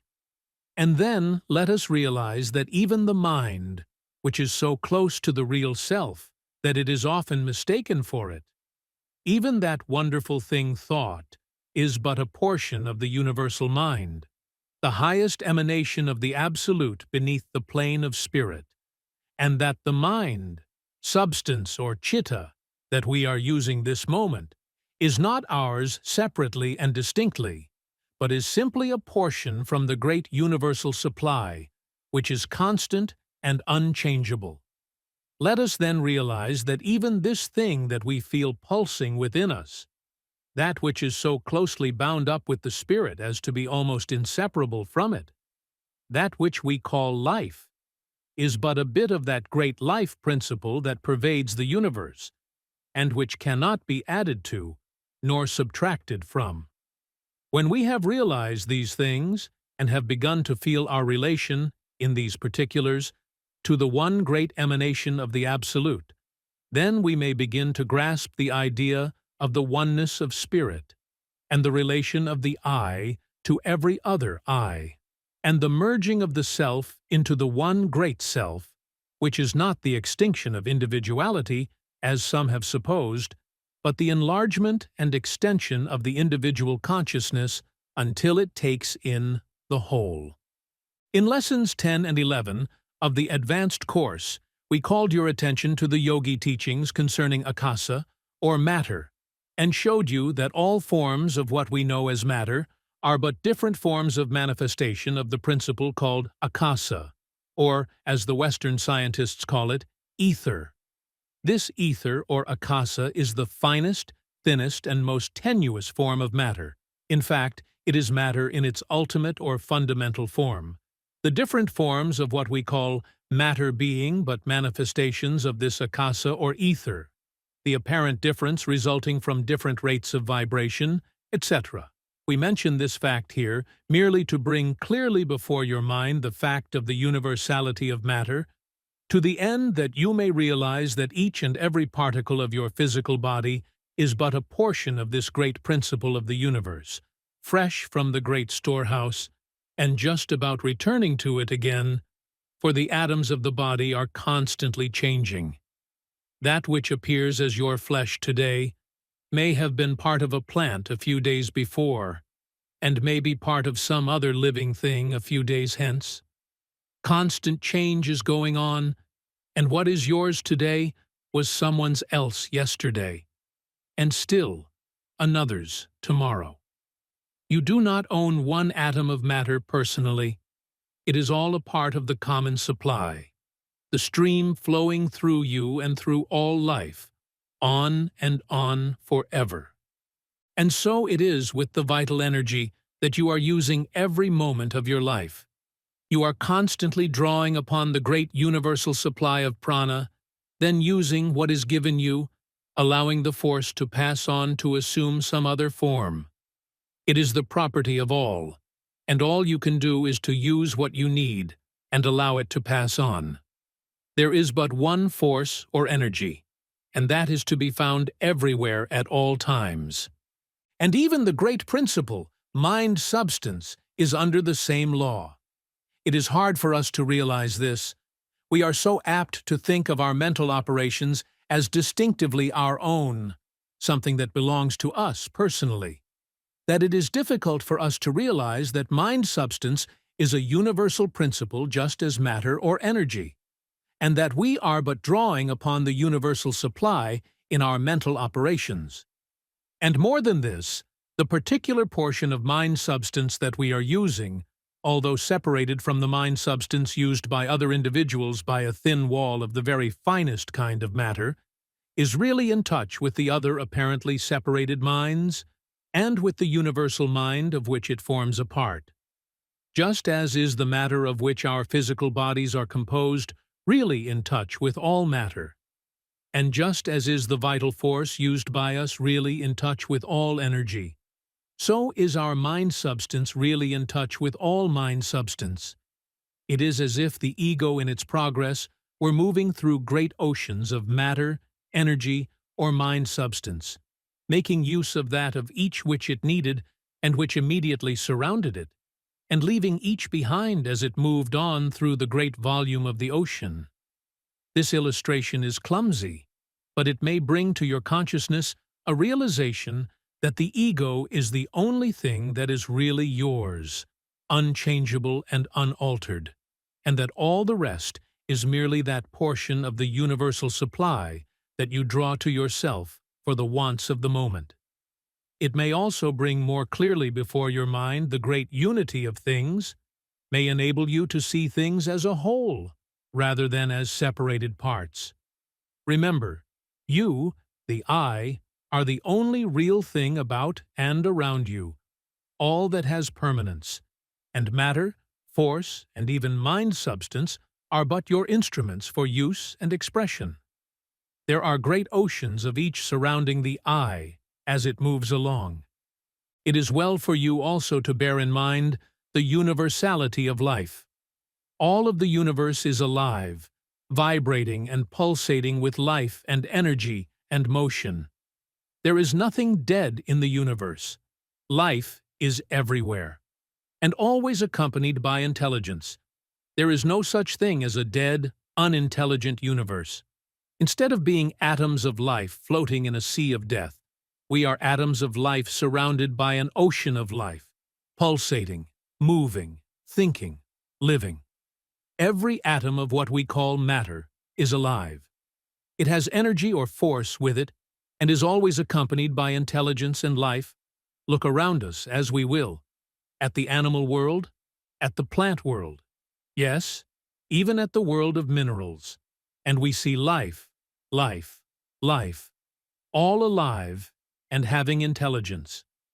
When we are able to bring this conception into the realm of actual consciousness, when we are able not only to intellectually accept this fact, but to even go still further and feel and be conscious of this universal life on all sides, then are we well on the road to attaining the cosmic consciousness. But all these things are but steps leading up to the realization of the oneness in spirit, on the part of the individual. Gradually there dawns upon him the realization that there is a unity in the manifestation of spirit from the Absolute, a unity with itself, and a union with the Absolute. All this manifestation of spirit on the part of the Absolute, all this begetting of divine children, was in the nature of a single act, rather than as a series of acts, if we may be permitted to speak of the manifestation as an act. Each ego is a center of consciousness in this great ocean of spirit. Each is a real self, apparently separate from the others and from its source, but the separation is only apparent in both cases, for there is the closest bond of union between the egos of the universe of universes. Each is knit to the other in the closest bond of union, and each is still attached to the Absolute by spiritual filaments, if we may use the term. In time we shall grow more conscious of this mutual relationship, as the sheaths are outgrown and cast aside, and in the end we will be withdrawn into the Absolute, shall return to the mansion of the Father. It is of the highest importance to the developing soul to unfold into a realization of this relationship and unity. For when this conception is once fully established, the soul is enabled to rise above certain of the lower planes and is free from the operation of certain laws that bind the undeveloped soul.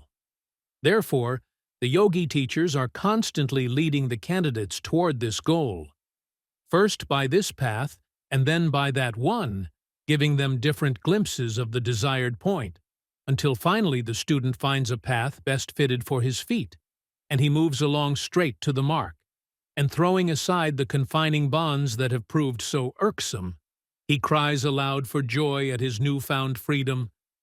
The following exercises and mental drills are intended to aid the candidate in his work of growing into a realization of his relationship with the whole of life and being.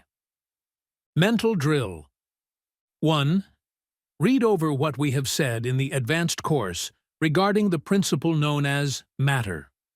Realize that all matter is one at the last, that the real underlying substance of matter is akasa or ether, and that all the varying forms evident to our senses are but modifications and grosser forms of that underlying principle. Realize that by known chemical processes, all forms of matter known to us, or rather all combinations resulting in forms, may be resolved into their original elements, and that these elements are merely akasa in different states of vibration. Let the idea of the oneness of the visible universe sink deeply into your mind until it becomes fixed there. The erroneous conception of diversity in the material world must be replaced by the consciousness of unity, oneness at the last, in spite of the appearance of variety and manifold forms. You must grow to see behind the world of forms of matter, and see the great principle of matter, akasa or ether, back of, within, and under it all. You must grow to feel this, as well as to intellectually see it. 2. Meditate over the last-mentioned truths, and then follow the matter still further. Read what we have said in the advanced course, Lesson 11, about the last analysis of matter, showing it fading away into force or energy until the dividing line is lost, and matter merges into energy or force, showing them both to be but the same thing, matter being a grosser form of energy or force. This idea should be impressed upon the understanding, in order that the complete edifice of the knowing of the oneness may be complete in all of its parts. 3. Then read in the advanced lessons about energy or force, in the oneness underlying its various manifestations. Consider how one form of energy may be transformed into another, and so on around the circle, the one principle producing the entire chain of appearances. Realize that the energy within you by which you move and act is but one of the forms of this great principle of energy with which the universe is filled, and that you may draw to you the required energy from the great universal supply. But above all endeavor to grasp the idea of the oneness pervading the world of energy or force or motion. See it in its entirety, rather than in its apparent separateness. These steps may appear somewhat tedious and useless, but take our word for it, they are all helps in fitting the mind to grasp the idea of the oneness of all. Each step is important, and renders the next higher one more easily attained. In this mental drill, it will be well to mentally picture the universe in perpetual motion. Everything is in motion. All matter is moving and changing its forms and manifesting the energy within it. Suns and worlds rush through space, their particles constantly changing and moving. Chemical composition and decomposition is constant and unceasing. Everywhere the work of building up and breaking down is going on. New combinations of atoms and worlds are constantly being formed and dissolved. And after considering this oneness of the principle of energy, reflect that, through all these changes of form, the ego, the real self, you, stand unchanged and unharmed, eternal, invincible, indestructible, invulnerable, real and constant among this changing world of forms and force. You are above it all, and it revolves around and about you. Spirit. 4.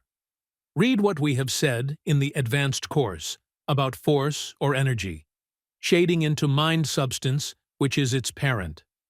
Realize that mind is back of all this great exhibition of energy and force that you have been considering. Then will you be ready to consider the oneness of mind. 5. Read what we have said in the advanced lessons about mind substance. Realize that there is a great world of mind substance, or an universal mind, which is at the disposal of the ego. All thought is the product of the ego's use of this mind substance, its tool and instrument. Realize that this ocean of mind is entire and whole, and that the ego may draw freely from it. Realize that you have this great ocean of mind at your command, when you unfold sufficiently to use it. Realize that mind is back of and underneath all of the world of form and names and action, and that in that sense all is mind, although still higher in the scale than even mind are you, the real self, the ego, the manifestation of the Absolute. 6.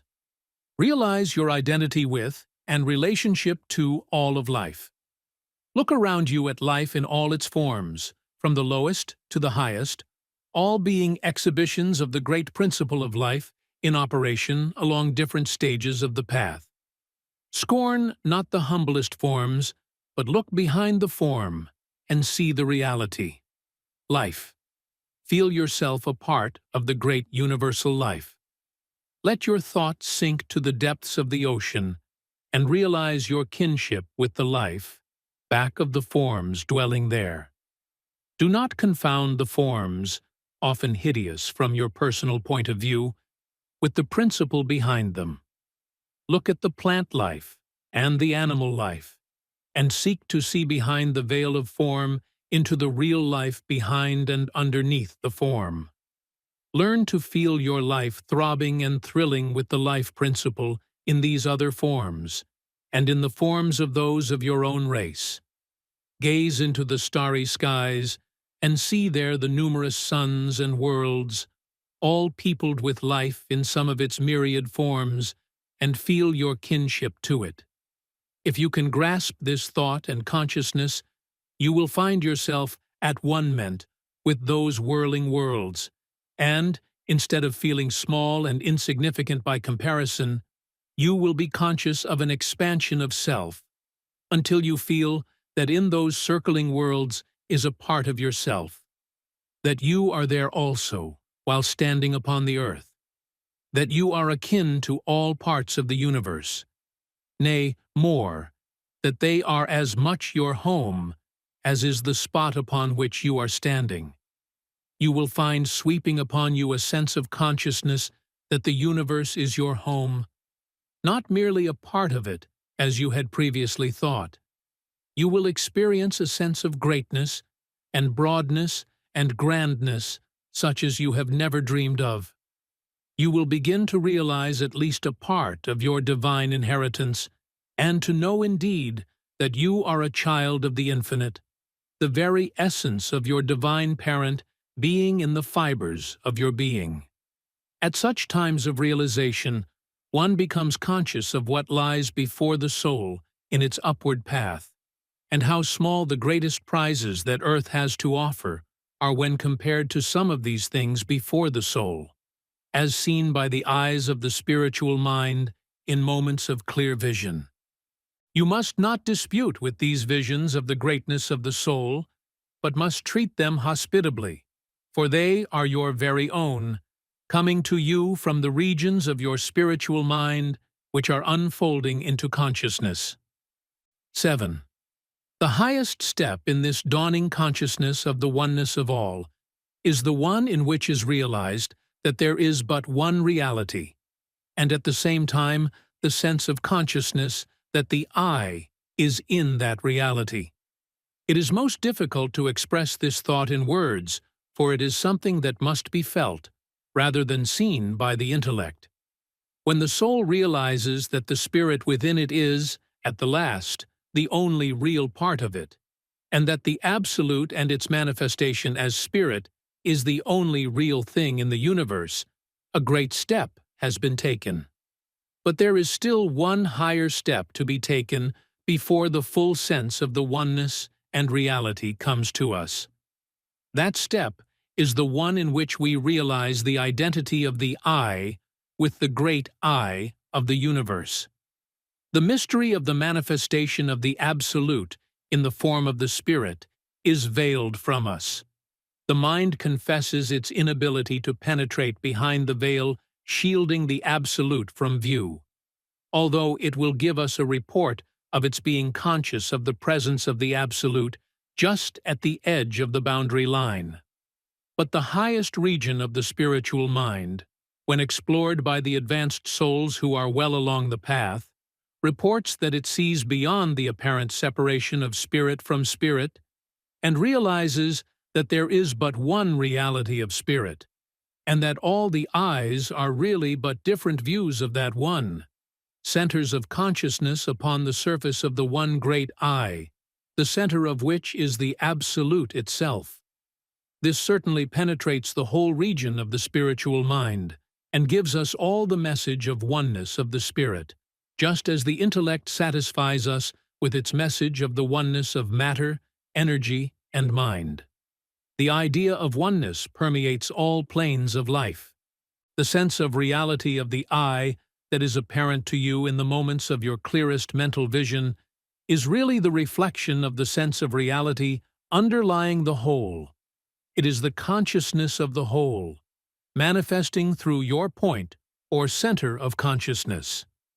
The advanced student or initiate finds his consciousness gradually enlarging until it realizes its identity with the whole. He realizes that under all the forms and names of the visible world, there is to be found one life, one force, one substance, one existence, one reality, one. And instead of his experiencing any sense of the loss of identity or individuality, he becomes conscious of an enlargement of an expansion of individuality or identity. Instead of feeling himself absorbed in the whole, he feels that he is spreading out and embracing the whole. This is most hard to express in words, for there are no words to fit the conception, and all that we can hope to do is to start into motion, by means of our words, the vibrations that will find a response in the minds of those who read the words, to the end that they will experience the consciousness which will bring its own understanding. This consciousness cannot be transmitted by words proceeding from the intellect, but vibrations may be set up that will prepare the mind to receive the message from its own higher planes. Even in the early stages of this dawning consciousness, one is enabled to identify the real part of himself with the real part of all the other forms of life that pass before his notice. In every other man, in every animal, in every plant, in every mineral, he sees behind the sheath and form of appearance, an evidence of the presence of the spirit which is akin to his own spirit. Yea, more than akin, for the two are one. He sees himself in all forms of life, in all time, in all places. He realizes that the real self is everywhere present and everlasting, and that the life within himself is also within all the universe, in everything, for there is nothing dead in the universe, and all life, in all of its varying phases, is simply the one life, held, used, and enjoyed in common by all. Each ego is a center of consciousness in this great ocean of life, and while apparently separate and distinct, is yet really in touch with the whole, and with every apparent part. It is not our intention, in this lesson, to go into the details of this great mystery of life, or to recite the comparatively little of the truth that the most advanced teachers and masters have handed down. This is not the place for it. It belongs to the subject of Gnani Yoga rather than to Raja Yoga, and we touch upon it here, not for the purpose of trying to explain the scientific side of it to you, but merely in order that your minds may be led to take up the idea and gradually manifest it in conscious realization. There is quite a difference between the scientific, intellectual teaching of Gnani Yoga, whereby the metaphysical and scientific sides of the yogi teachings are presented to the minds of the students, in a logical, scientific manner, and the methods of Raja Yoga, in which the candidate is led by degrees to a consciousness, outside of mere intellectual belief, of his real nature and powers. We are following the latter plan, for this course is a course in Raja Yoga.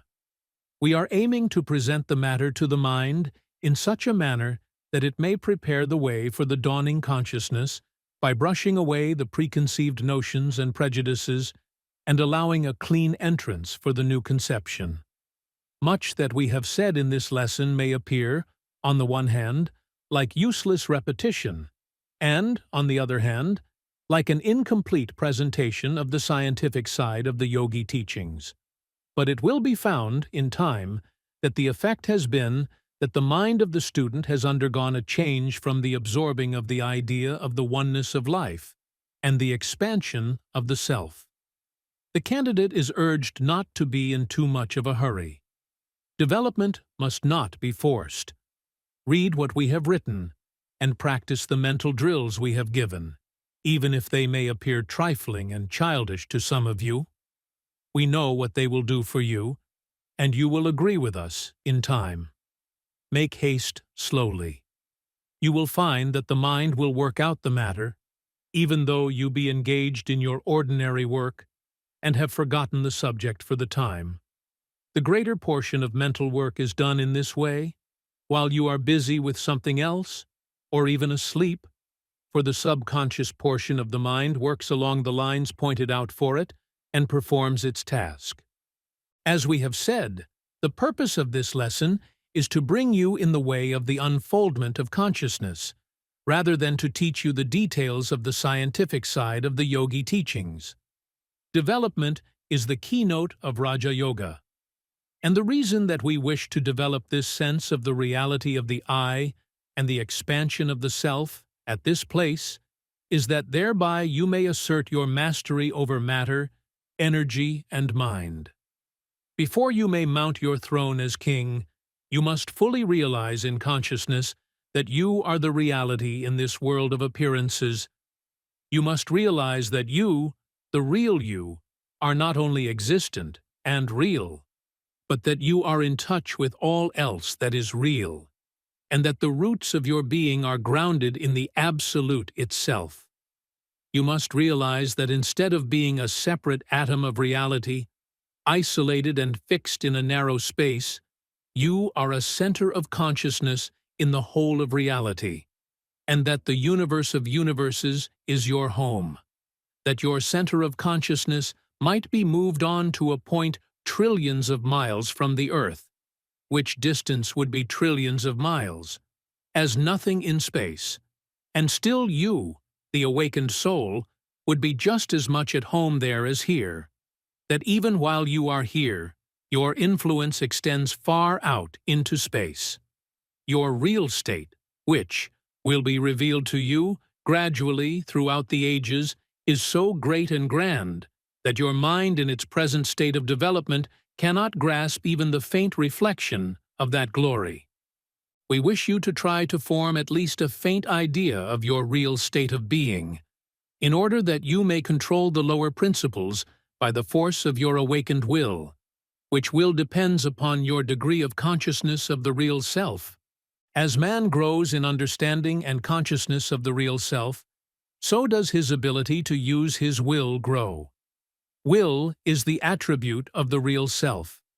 It is well that this great realization of the real self brings with it love for all of life, and kindness for, were it not so, the will that comes to him who grows into a realization of his real being could be used to the great hurt of those of the race who had not progressed so far.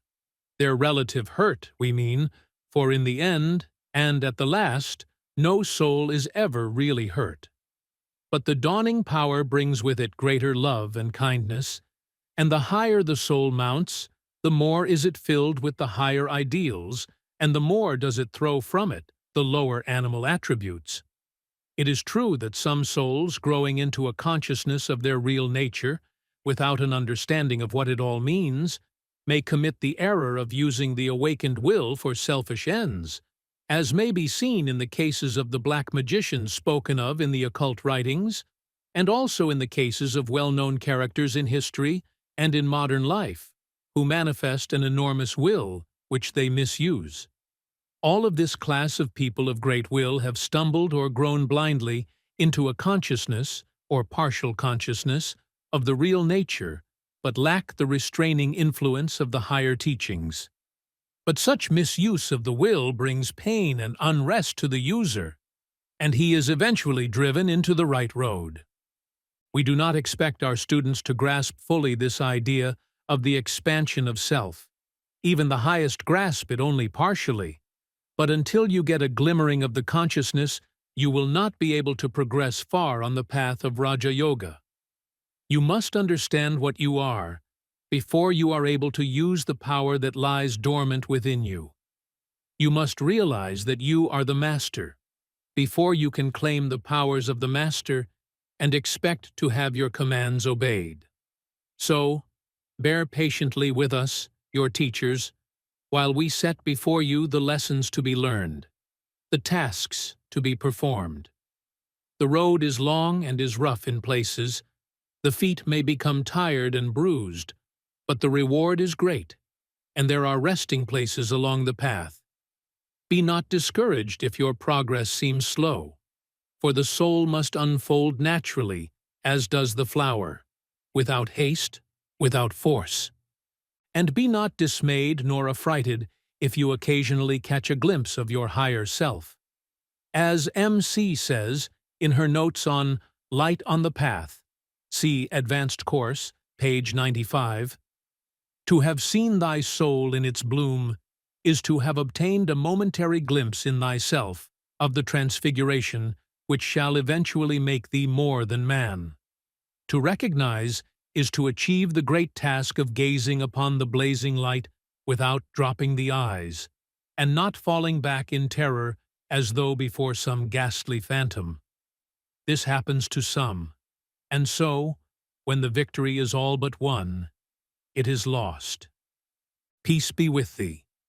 Mantram, affirmation. For the third lesson, there is but one ultimate form of matter, one ultimate form of energy, one ultimate form of mind. Matter proceeds from energy, and energy from mind, and all are an emanation of the Absolute, threefold in appearance, but one in substance. There is but one life, and that permeates the universe, manifesting in various forms, but being, at the last, but one. My body is one with universal matter. My energy and vital force is one with the universal energy. My mind is one with the universal mind. My life is one with the universal life. The Absolute has expressed and manifested itself in spirit, which is the real I, overshadowing and embracing all the apparently separate I's. I feel my identity with spirit and realize the oneness of all reality. I feel my unity with all spirit and my union, through spirit, with the Absolute. I realize that I am an expression and manifestation of the Absolute, and that its very essence is within me. I am filled with divine love. I am filled with divine power. I am filled with divine wisdom. I am conscious of identity in spirit, in substance, and in nature, with the one reality. Summary. This chapter explores the connection between the individual I and the universal life. It teaches that while we are individual manifestations of the Absolute, we are also connected to all forms of life. The expansion of consciousness involves realizing this unity with the whole. Key takeaways. The I is both an individual expression and part of the universal life.